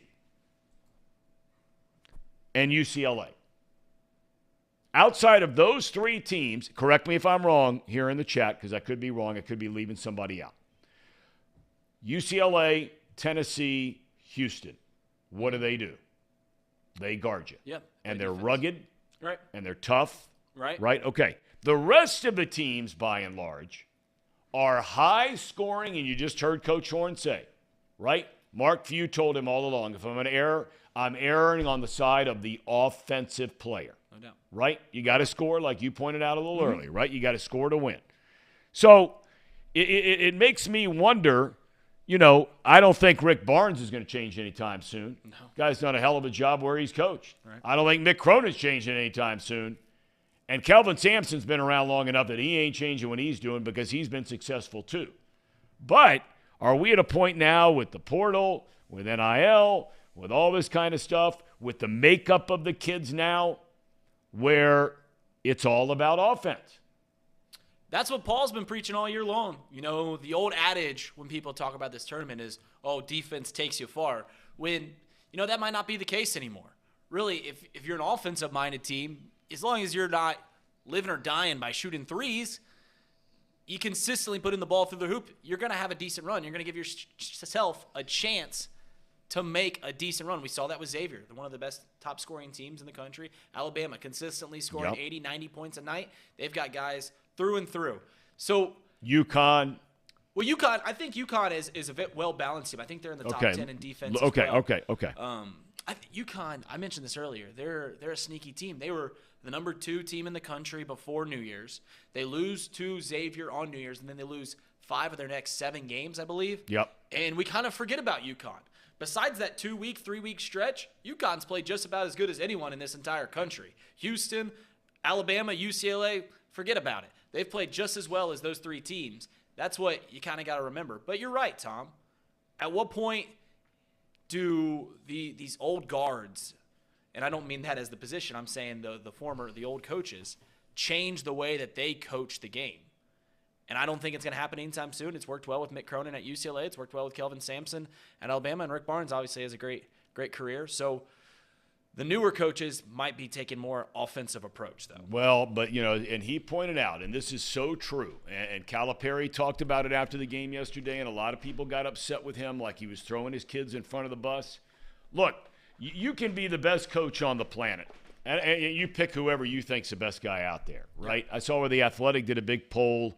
They interviewed 5 or 7 coaches, all unnamed, and asked them who they thought the best coaches were in game for one game, during the game, to get ready for that one game and then adjustments, whatever they make in the game. Bill Self was by far number 1. Yep. They say he's an X's and O's savant, maybe unlike anybody else that's coached in a long time, right? Kelvin Sampson was second on that list, by the way. Yep. But, getting back to the thing with Cal, I mean, people thought he was throwing the Reeves kid in front of the bus. All he said was, my second best offensive player and my best outside offensive player, not Sheboy under the basket, was 1 for 15 in the game. That's a fact. The coaches can put them in positions to have wide open looks. It's like Darren Horn even at NKU. They hit threes all year long. In the game against Houston, they had good looks. They don't make them. Coaches can't make you make shots. North Carolina this year, their guard play. All those guys did. Brick city. I saw where Baycott's coming back again next year. That's a big plus for Carolina, I think. All right, I want to shift gears, boys, here for a minute. Okay. We got Tracy Jones coming up at 11:30. I want to get to this Foster Moreau thing. So sad. Now, my understanding, and I read a little bit about this last night, about Hodgkin's lymphoma. Okay, it's a type of cancer that affects your lymphatic system. That's a part of your body that's a germ-fighting immune system kind of thing. It's a serious thing, right? Yeah. And they checked his white blood cells. That's where he found it out. The survival rate of that disease has improved over the last few decades, largely due to advances, obviously, in treatment. It's 90% survival rate, right? Now, that's over the first 5 years. Stuff like this can come back, okay? Yeah. And so there's, Foster Moreau came out and said, hey, I got to step away from football to start this treatment. His words were, I plan on kicking its tail just like I have everything else in my life, and I'll get back to what I used to do. I was reading the story about, did you guys read the story about this Saints doctor? No, I haven't heard. I haven't delved into this story at all. This isn't, to me, whoever this guy is, if I have to go to the doctor next time, I'm going to tell you what his name is. Let me find it here in a second because it was a big part of this story. Okay, so the Saints, like the Bengals, if you didn't see this, the Saints, like the Bengals, they bring in Moreau, who's a free agent, looking into signing him, potentially signing him. I don't know if I'm pronouncing this guy's name right. Longtime Saints head physician. His name is Dr. John Amos, Amoss. Okay. He helped make this diagnosis when they did this physical on this kid in for the visit, right? This is the same guy that discovered the old Philadelphia Eagles long snapper. Remember John Dornbos? You remember him? Do you remember that name? No. It was a story a number of years ago that he had this aortic aneurysm in 2017. Again, simple physical. Moreau walks in the door. He's a free agent tight end. He's got teams that want him. He feels healthy. He's 25. He's big. He's strong. He's fit. You're going to do your physical. No big deal. Not coming off an injury. Nothing like that. Best year as a pro. And just like Dornbos back in 2017, this Dr. John Amos, or Amos, however you pronounce it, and I'm sorry, this guy undergoing a physical by the Saints medical team was the one who found this lymphoma of this guy yesterday and Dornbos 4 years ago. Can you imagine what it must be like for that kid walking in the door? Now, look, I'm not going to say this isn't life and death because it could be life and death. When you get cancer, a lot of us have had family. My mom died of cancer. A lot of us, we've had friends and family die of cancer. The big C word is not a good word. But he's young, he's strong, he's healthy. This kind has a good success rate. There are worse pieces of news in the world you can get. Say it's your child. Okay? Put it in some perspective here. But for this young man to all of a sudden going from thinking, man, I'm about to make millions and millions and millions of dollars, to all of a sudden wondering if you're going to be alive in a year from now. I know. And I think what makes the situation sad, I don't know how much of this is true, but the first thing that came to my mind when I heard about this was he doesn't have a team. There's no money that was guaranteed to him. He hasn't had a big payday yet. That was off his rookie deal, I'm pretty sure. Yep. And I don't know if he's got any health benefits. Is that what the I team have usually to provides? believe the players' union has him under, or he is. It's funny you say that because I thought the same thing. Now I can't speak for football because their setup is nowhere close to the way baseball is. Nowhere close. Right. And but baseball players get their medical insurance. Of course, teams will take care of things as they come up. But for a player, the union medical plan. Now I don't know what the deal is with the NFL players. Right, but they have their own. They have both though usually, right? Like if he was diagnosed and he was signed, he would have both the team and the union. Now he just has the union.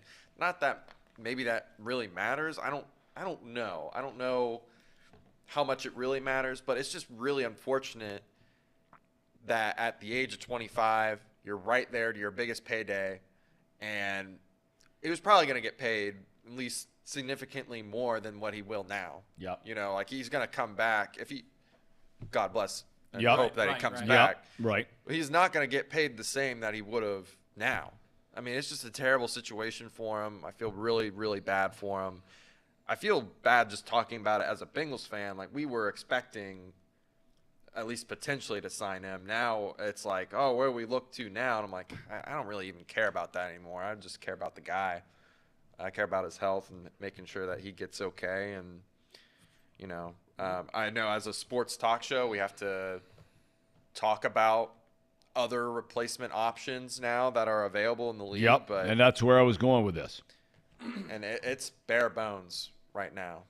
in terms of guys out there. But were you wanting to say something? Well, just real quick, the good thing is, and Tom, you brought up the survival rate, and I've known someone close to me that has had this disease, and he came back, he beat it. But also, there's been several professional athletes that have had this diagnosis. Two that come to mind as a Cubs fan, Anthony Rizzo and John Lester, both had this diagnosis. Anthony Rizzo's story was he got drafted 19 years old. He's playing in single-A baseball, hitting 400, and all of a sudden he just isn't as strong as he used to be. Goes in and checks in. He's falling asleep all the time. He just feels really weak, and they go in, well, he has cancer. 19 years old, just drafted, thinking about making a move, and John Lester had a very similar story, and both of them have come back. They've beat the disease and have had all-star careers. Yep. So Hall of Fame careers, maybe. Yeah, John Lester might be knocking down the door of Cooperstown someday. So you're hoping that Foster can beat this quickly and get back in the game, which I know that he's a strong guy, strong-willed guy. He's gonna beat it. So hats off to Foster, and hopefully he comes back. Well, the Real Spirit Cat 1 also points out in the chat Mario Lemieux came back from this. Mm-hmm. And some feel he, top 3 greatest players in the history of the NHL, right? Right. All right, it leads us, and James Rapine, our good friend who was on the program yesterday, now talks about, okay, if the Bengals don't want to draft a guy with a 28th pick, it's a tight end. Yeah. What are their options at this point in the free agent market? We know that Hayden Hurst is gone. Drew Sample right now is not on the roster. Devin Asiasi is the only tight end currently on the roster. So you have Irv Smith Jr. There were huge expectations about this guy coming out of college. It's just never happened. And, guy's a good blocker, good speed, good athlete. He's only 25. Cameron Brate is 32. Proven pass catcher. Has had an excellent career in Tampa. He lost a lot of his – he was really trending to being one of the better tight ends in the league. And then Gronkowski comes in and sort of steals a lot of his time and his thunder. Mercedes Lewis is the ageless one. Great blocker, has been one of the great players in the league. This guy is just an outstanding player. And then you get into some guys that most of us have never heard of. Anybody stand out for you guys in that group? Or are you using that number 1 pick on a tight end at 28? Well, Tom, there's a couple guys I like, but there's some guys' names that I don't think a lot of us are really talking about that have ties to Cincinnati already. Mitchell Wilcox, he's out there. I mean, might as well re-sign him to a vet minimum, get him back. You killed him last year. Huh? You killed that guy last year. No, that was the other guy. Oh, Sample. Missing a block against Pittsburgh. Yes. On the game-winning kick. Unforgivable. Mitchell Wilcox, though, he was on the roster last year. There's guys like Tyler Kroft. I know he's 30, but that's your blocking tight end if you want that back. I like Irv Smith just as a one-year flyer. Whatever they do, I don't think they're going to sign anyone long-term. I don't think any of these guys are getting more than a one-year deal, regardless of age or how they performed. But some guys that are on the market right now that I like the most, I like Mitchell Wilcox coming back on a one-year deal. I like Cameron Brate. I think that's an underrated player. A little older now than the Bengals older. normally like. Yeah. Smith's 25, Brate's 32. Yeah, and Irv Smith, I do like him on a one-year deal, but regardless of what they do now in free agency, I think they are forced to draft someone at some point as a tight end. In years past, I think they kind of just were like, oh, we'll get to it, and they just never got to it. And I think maybe like last year was a perfect example of that. I think they were looking at maybe getting a tight end. They scouted a lot of tight ends. They just never got around to it. They were picked really early. This year, this class is just really talented, really good. I think they're going to have to spend a premium pick. They're going to have to spend a second-round pick or third-round pick on a guy, maybe a little early. And I'm interested to see who they end up selecting at 28, but my guess is that they're not going to pick tight end at 28 because it just So hard to get value at 28 from the tight end position. There's just too much for them to learn year one, and a lot of guys are just misses. It's very rare that you get a hit at the in the first round at tight end. A lot of these guys, you get them in the third round, like Kelsey or Kittle or Andrews, or list any of them. I don't think there is one tight end right now. Maybe Dallas Goedert that was selected. Who's the kid that went to the Falcons? Kyle Pitts, but Kyle Pitts is pretty good as a rookie, right? Yep. He was a good receiving tight end. I don't know what. That's a very underrated player that we could potentially trade for. I know the Falcons just traded for Jonnu Smith as a tight end. I don't know what that's all about. Maybe he's available. Probably not. I mean, it would be a lot of capital to go get a guy like Kyle Pitts, but yeah, they're not going to get Kyle Pitts. That's not happening. But I think it's a big time guy in your offense. He wants to catch passes. That's what he came out of college known as. He's a fourth option at best here. You know, Smith is a guy who he's young, injury prone is the problem. Yeah. 19 and 20, played very well in a Minnesota offense that had a ton of weapons. That's when Stephon Diggs was still around. Right. Much like the Bengals. They had Diggs. They had Thielen back when Thielen was Thielen 3-4 years ago. Right. I mean, they have always had excellent running backs. So Smith put together 2 really good years. But then in 2021, he gets hurt early, misses the entire year. Messes up his knee, right? Puts on injured reserve. Then last year, he gets off to a really good start. I mean, I'm looking up his numbers from last year, and he started the season very, very well. In fact, he was their second best pass catcher over the first 8 weeks of the season.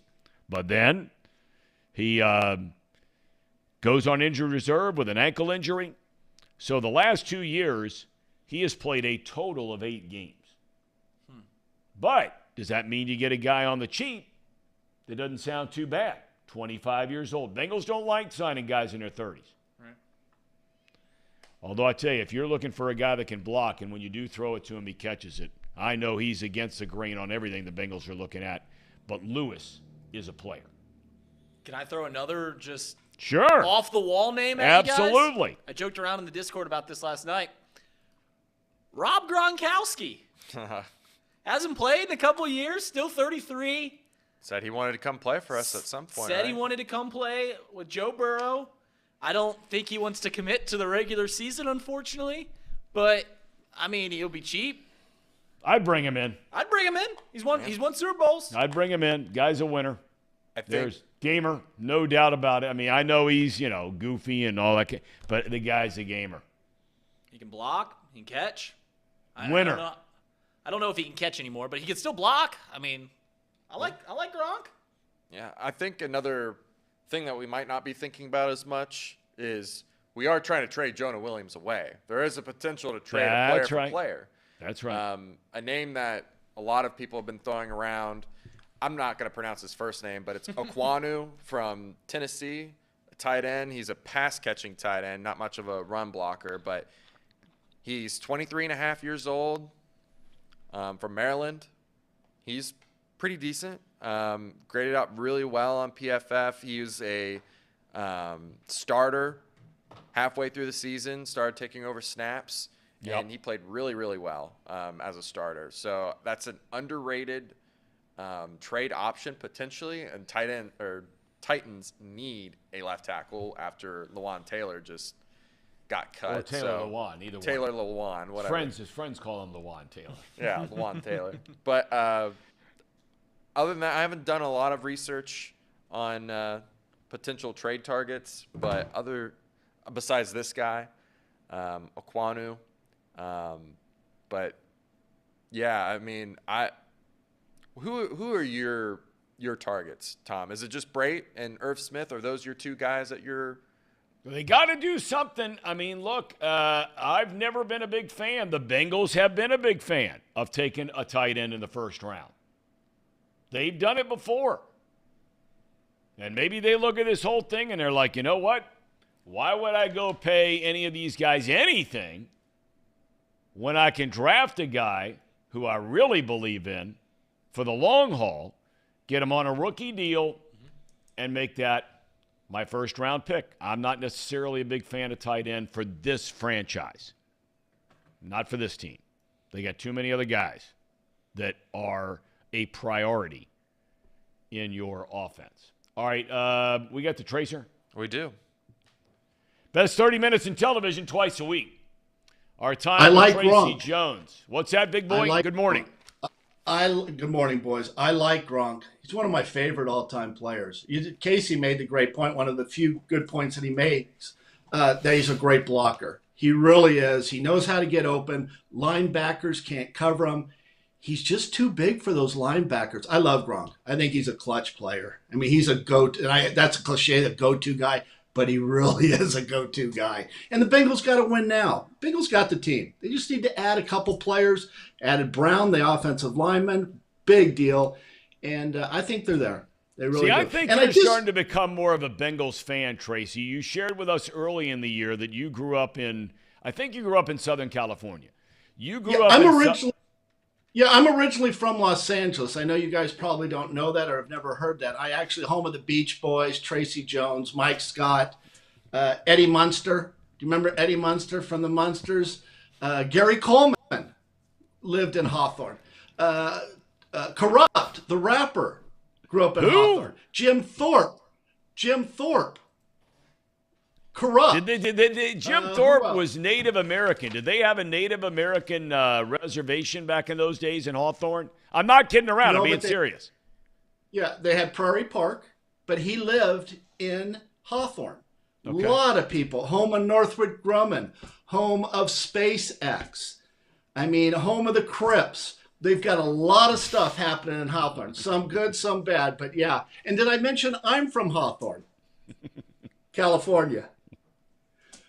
But I'm a huge Joe Burrow fan. Not so much the Bengals, but I think they got a really good team. They got great skilled players, but I would add Gronkowski to that tight end. Why are you not, I mentioned California and you jumped right in, but you said you grew up a Kansas City Chiefs fan. You shared with us and you pulled out some of the names out of the hat. I got to give it up to you. I mean, you knew some of the old timers, some of those guys.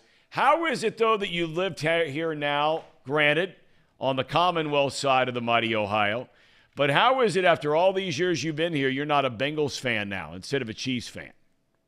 I'm not a big Mike Brown fan. I thought he really didn't do a lot for the fans and was just kind of cheap and everything. And then, Blackburn took over, and it's a totally different team. Oh, and I'll tell you that the main person I didn't like, if I could be brutally honest, as I always am on this show, remember, I see things that you people don't see. Right. I was going to say that. Could not stand Marvin Lewis. I thought for him to be here 10 years and never win a playoff game is an outrage. And I thought he was I thought he choked, when it came down to crunch time. Not a huge fan of Marvin Lewis. And that's one of the reasons I didn't like. Not a fan of Dave Shula when they had Dave Shula. No. They haven't had real good coaches. No, but you were around back in the days of Sam. Sam was fun. Sam Weish. He was great. He got into a Super Bowl. Loved Sam Weish. I love Sam Weish. And I actually knew him a little bit. I love Boomer back in those days. Yeah, well, you were hanging out with – that was before Boomer was married, I think, right? Were you guys kind of hanging out over at Las Brisas and places like that, or the Precinct?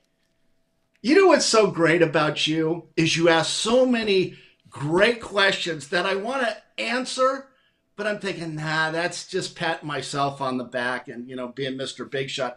I could remember – this is a true story – is I was sitting at the table – at the waterfront with Boomer Esiason and Davey Concepcion. In the waterfront was Bernie Kosar, Jim Kelly. God, name me some other. Dan Marino might have been there. That must have been when Boomer had his charity golf tournament in the summer, and all those quarterbacks would come into town, right? It was. So I'm sitting there right? And I'm just having a couple of cocktails, as I like to have once in a while, getting all liquored up. I've got my Reds jersey on, right? Thinking about picking up some nice girls.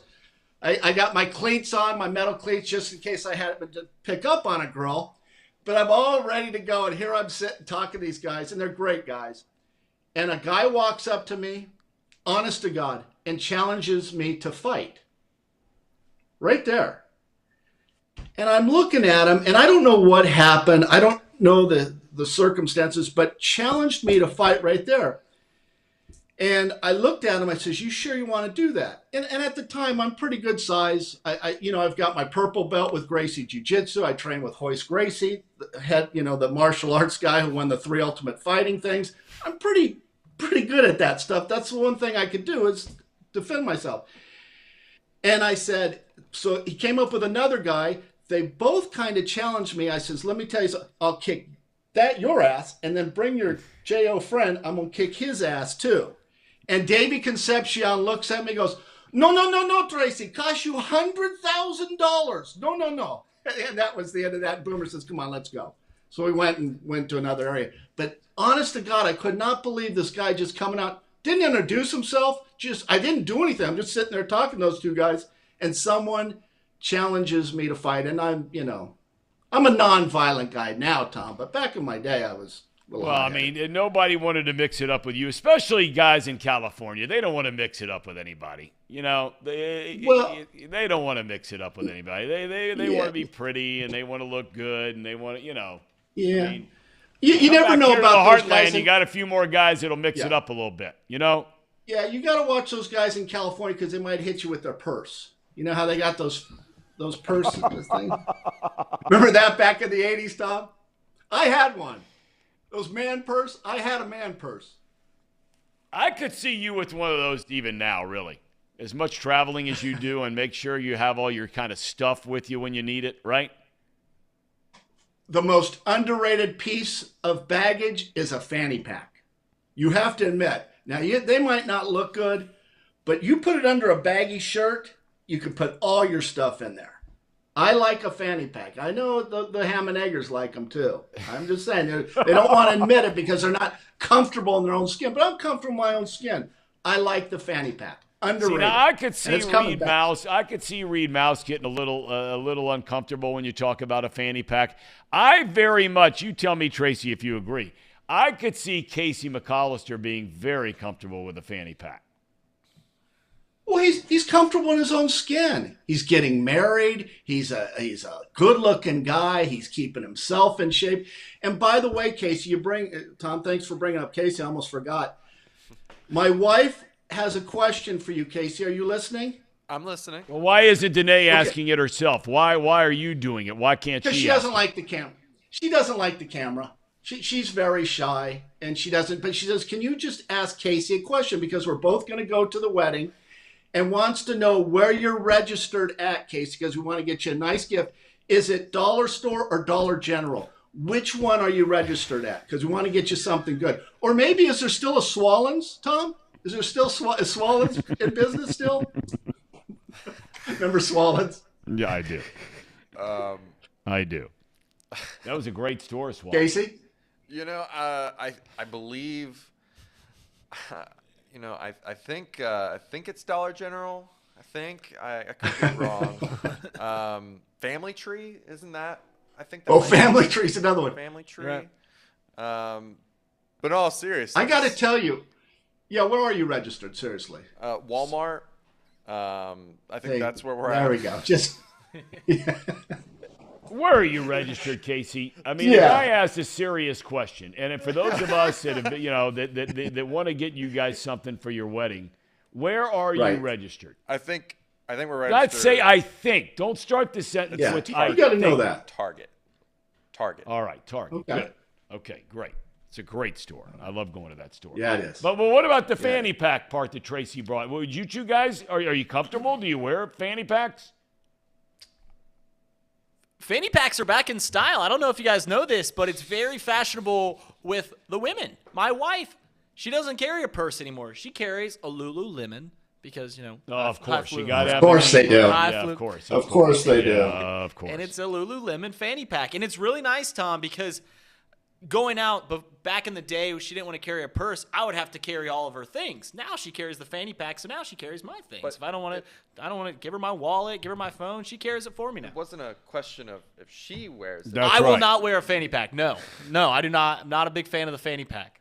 Reed, it's not a problem to wear a fanny pack. I mean, being a big time lib like you are, I'm sure you could carry it off, right? That's true. It does fit the MO, but I just can't do the fanny pack. And Casey, did you answer this question yet? I don't think you did. Generally, if I had a choice, I would not wear it. But if I had to wear it, I wouldn't care. I don't care what people think of me when I wear a fanny pack. Oh, nice. Yeah, I wouldn't either. I wouldn't worry. Very about nice. It. No, I wouldn't worry about it at all. What about you, Tom? Well, it's Would you funny. wear one? I have one that I would wear running. So if I'm going out running and I want to stick my phone in case, God forbid, I fall over and have a heart attack, maybe a couple hundred yards into the run, that I'd be able to do something about it. So I do have one. My wife just got one, and you're right, Reed, about they've made a comeback now with the women. I'm sure Danae would never have a fanny pack. No, I think she has No way something she'd like have one. No chance. I think she has like something that I'm like a Versace bag or a Gucci bag that she carries. I don't know if you guys have ever heard of those bags, but yeah, I think that's what she carries. Hey, Tom. Yeah. I have something for you guys. I came prepared today for once. And we're talking baseball here. Did you guys watch the last game at all? You know what? These guys, Reed is baseball through and through, Tracy. Right. Yeah. Great How game. good was that friggin' game? That was awesome. And the script couldn't have been any better, right? You guys realize what you're watching. Yeah. You're watching it's going to be a global league within 5 years. You guys understand that, right? That's what you're seeing. Manfred was probably sitting there watching this going, great, Japan won. Because that sets him up for an international league. You have Japan, Venezuela. I think it's great news for baseball. So you're saying you think, if I hear you right, do I hear you right in that you think that there will be Major League Baseball teams outside of North America, let's say? Yeah. Within 5 years. Within 5 years. And the WBC set that up. A lot of fans loved it. The enthusiasm, the players loved it. And I think traveling around, is really going to be a great jumpstart for baseball. I really do. I thought that game was exciting. Well, the challenge is when you're going to think about, and I've actually spoken to a lot of the big, all the way to the top, muckety mucks at the NFL, right? And there's no doubt the NFL is playing anywhere from 5 to 7 games a year, whether it's London, whether it's Germany, Mexico City, Barcelona. They're talking all these kinds of different places, right? The challenge is, Tracy, is the travel and the schedule. They talked about, let's say, putting an NFL team, for example, in London. And London's really not a very far trip. For most of the eastern half of America, it's not a far trip, okay? But when you start talking Tokyo, right, or Venezuela, I mean, I don't know how you'd get players to go down there and play for those teams just based on the travel. I don't even know how baseball could do it. Well, you'd have to have like 5 games, 5 or 6 games against, if you played in Japan or you played in Dominican. That's a really good point, because in college baseball, like San Diego State, when they went to play Hawaii, that was a long ways away, right, for a college. So they would play, 6 games there. They would have a 6-game series when usually it'd only be 3 or 4. So that's something I think you could do. And I don't know if you guys really watched that last at bat, Trout against Ohtani. Mm-hmm. It was so intense, because Trout, and I wrote this down, Trout has swung and missed, and Reed, correct me if I'm wrong on this, 3 times in that at bat. Did not touch the ball. He's only done that 24 times in his career in over 6,000 at-bats. Yep. And I'm watching Ohtani. I had no idea how good he was, Tom. That guy is throwing 100. The one he bounced was 102. And if I was up there and trying to hit that 3-2 slider, as your dad would say, I couldn't hit that with an ironing board. I couldn't. And speaking of your dad, he does wear a fanny pack, and it's pink. But there's no way that I could have hit that 3-2 pitch that Ohtani threw Trout. I just thought that was two guys going at it, the best of the best, and Ohtani winning. I got to tell you, though, everything you said is 100% correct. But I got to tell you, for me, your team's leading by a run. This is your teammate with the Angels. I know you're competitors for the USA v Japan here. But on that 3-2 pitch, Tracy, I got to throw the gas. You struck him out with a slider. I know, but you know what I'm saying here. It's not a tie game. Come on. Throw Schilling if he's on the mound and Barry Bonds is at the plate. Schilling is throwing 3-2 gas. Here it is. You know, we argued about something on Tuesday. Didn't you say you're in it to win it? You're going to throw a pitch that you think you can get. I'm throwing the gas. I'm leading by a run. He hits it in the seats. We're tied. I'm throwing the gas. I could not believe that slider. Did you see how much that broke on that? Yes. On the outside corner? And even his fastball is moving. He's not throwing a straight ball. I mean, and the guy can hit. What a player. There are some people that believe. I mean, we were talking about it here the other day. You know, Paul was saying, I mean, if this guy keeps going, and good Lord willing he's healthy, he keeps going the way he's going, and they let him continue to pitch, and they let him continue to hit, I don't think it's out of the realm of possibility that in 7 or 8 years from now, you're talking about this guy as one of the greatest players to ever play. I think so.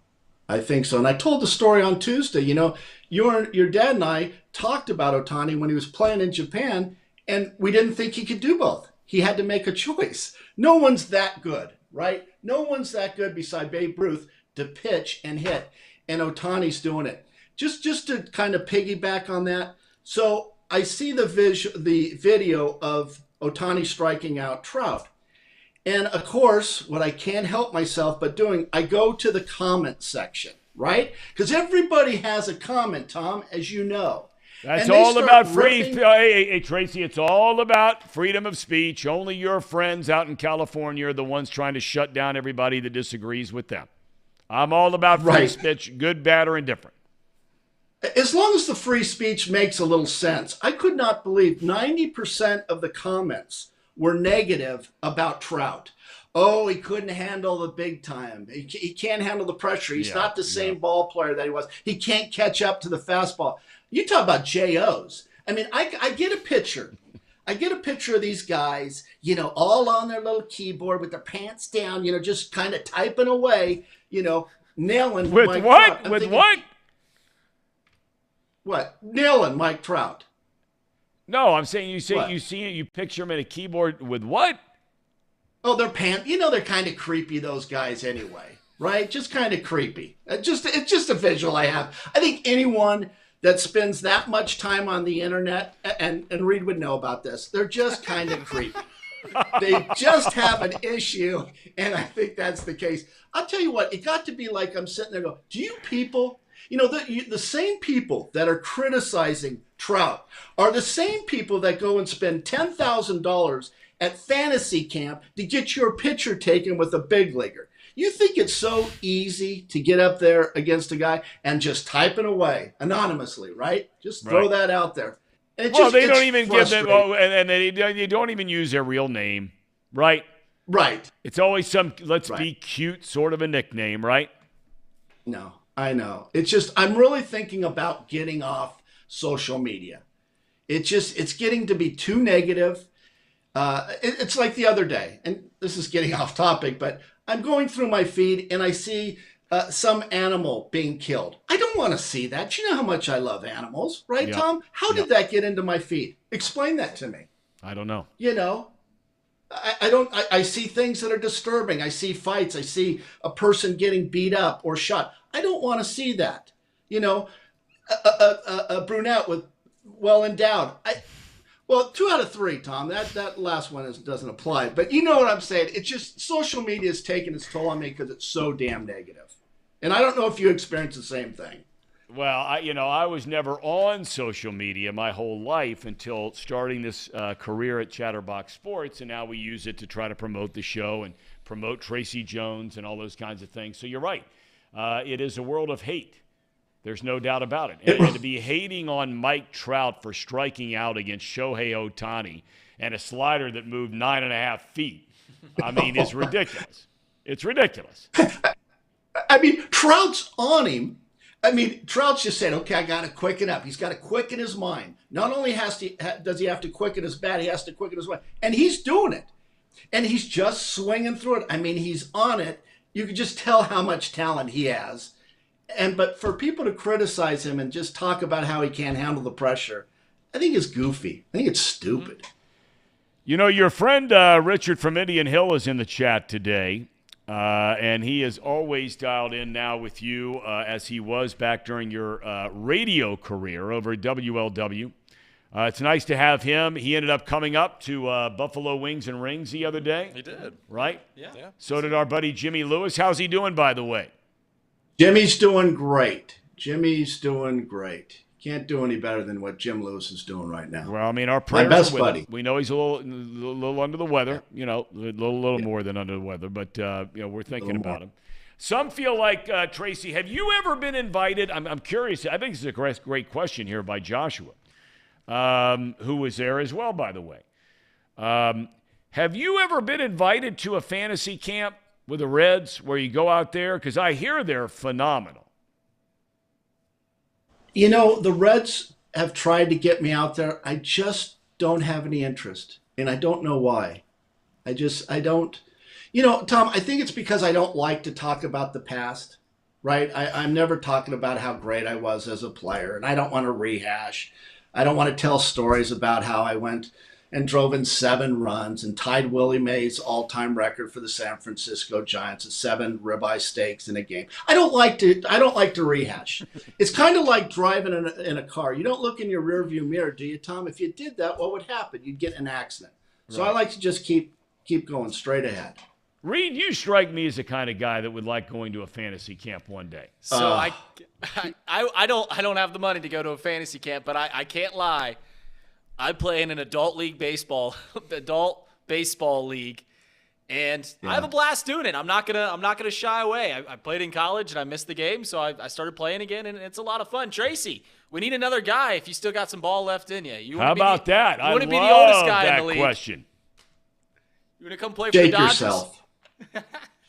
You know what? I would pull a muscle, a hamstring. I couldn't run to first base without getting hurt. Casey or Reed, who you imitate up to bat? Who's your batting stick? I used to hit like this. Who do you hit like? Give me a visual. I crouch down a little bit. I'm a right-handed hitter. I hold my hands up a little higher. I'd say the closest stance that I can think of is probably like Albert Pujols. Crouch down and stat on top of the plate. Yeah. Albert Pujols would probably be the closest I can draw a comparison to. Don't hit like him. I can tell you that. No, Tracy, I think doubt that it. I think you ought to reconsider that, because you know what? Those things are all about, from what I've heard, and Chris Welsh is still very active in those things and has been for a long, long time. Doug Flynn, your old friend of mine, he, is very active. Jim Maloney comes out, those kinds, and there are a lot. Dimitri Young came out this year. Right. A bunch of other guys.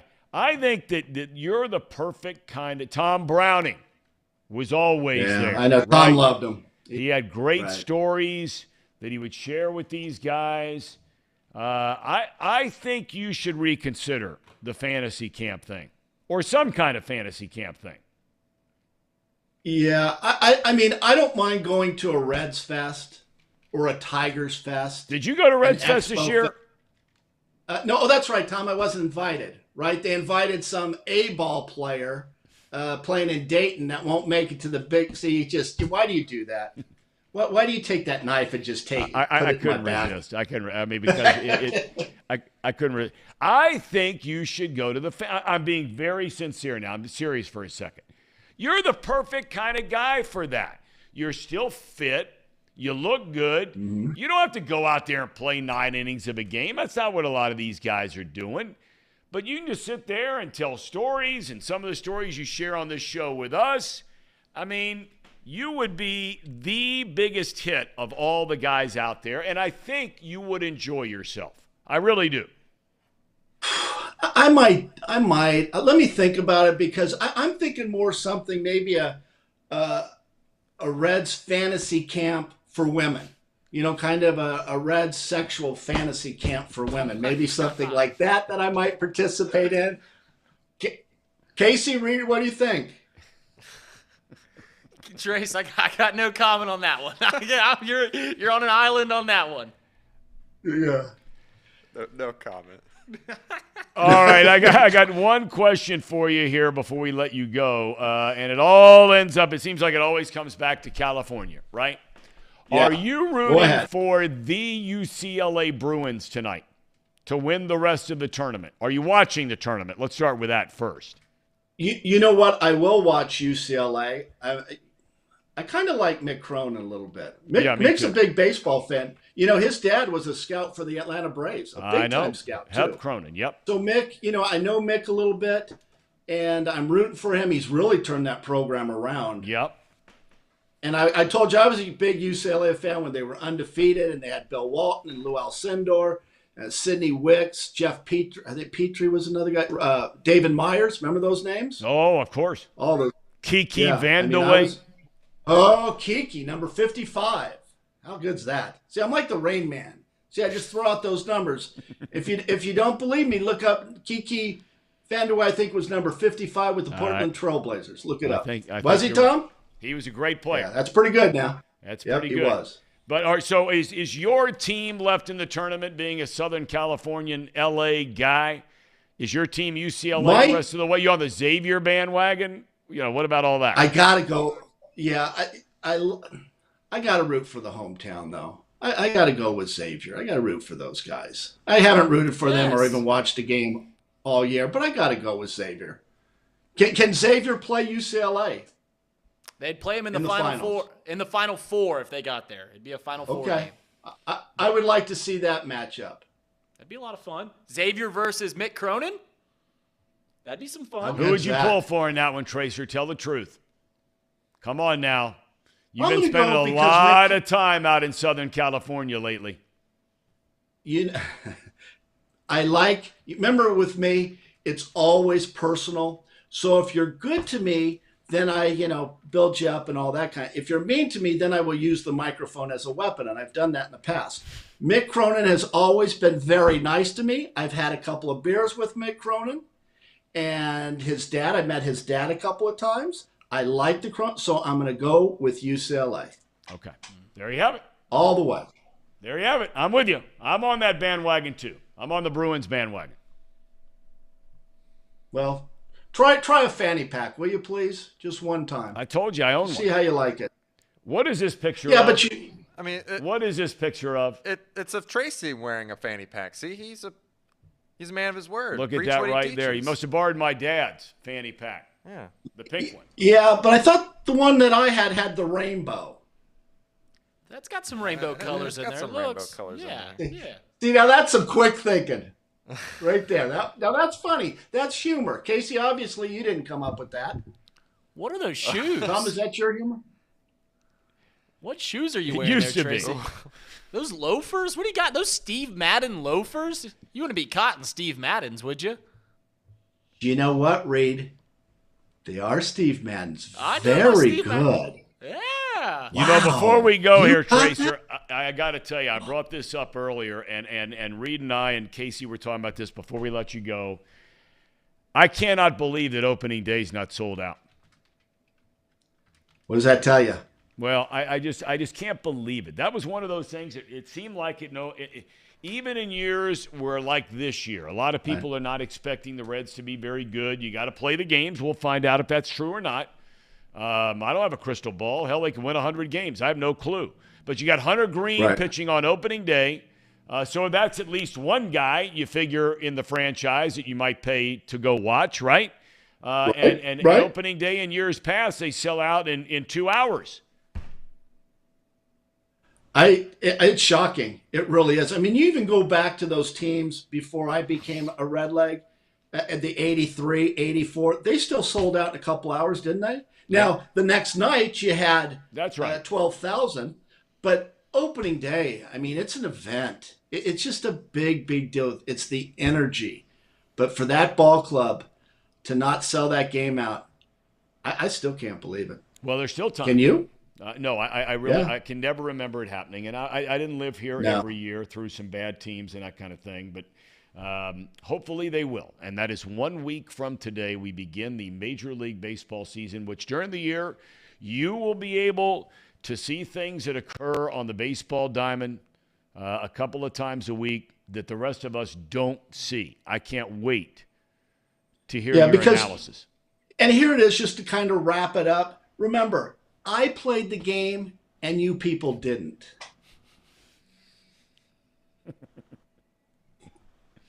Okay. Such a Tracer, jerk. have a good rest of your day. All right. You guys have a good weekend. See you Thank next you week. Too. All right, there it Tracer. is. Best See 30 Trace. minutes of television twice a week. The Tracer. He's dialed in. Yes, he is. All right. Do we have a cherry on top today or no? Oh, the cherry on top was going to be this image here, but since he brought it up at the end of the show, That's beautiful. that's beautiful. Well, that looks like it's in a. Is that at the Joe Nuxall thing? I don't know. Is where that that's out of at. Jungle Gyms out here in? That doesn't look. That looks like a bar and grill. Yeah, that's the poster in the background is Tony Perez. I don't know if that means anything, but Because that looks like, that little convention space that they have out in Jungle Gyms where they have the big Joe Nuxall thing every year. I thought it kind of looked like. I'm sure I'm wrong. It doesn't matter. Yeah. All right, fellas. Tomorrow, obviously going to be recapping the 4 games from the Sweet 16 where we all made our picks. We are going to preview the games tomorrow night, including Xavier v. Texas. Mm-hmm. And you'll be back with box lunch tomorrow or no? I don't know if I think we're going to do box lunch tomorrow. Just depends how busy Trace is. Okay. So. All right. Okay. Case, you good? we're good, Tom. All right. Thank you. Reed, good having you here today, buddy. It was a lot of fun, Tom. Thank I you. always enjoy. Always a lot of fun. We thank all of you for joining us. And we invite you to join us tomorrow, 10 a.m. for Off the Bench, presented by United Dairy Farmers. Have a great Thursday. Big time hoop night. Let's go.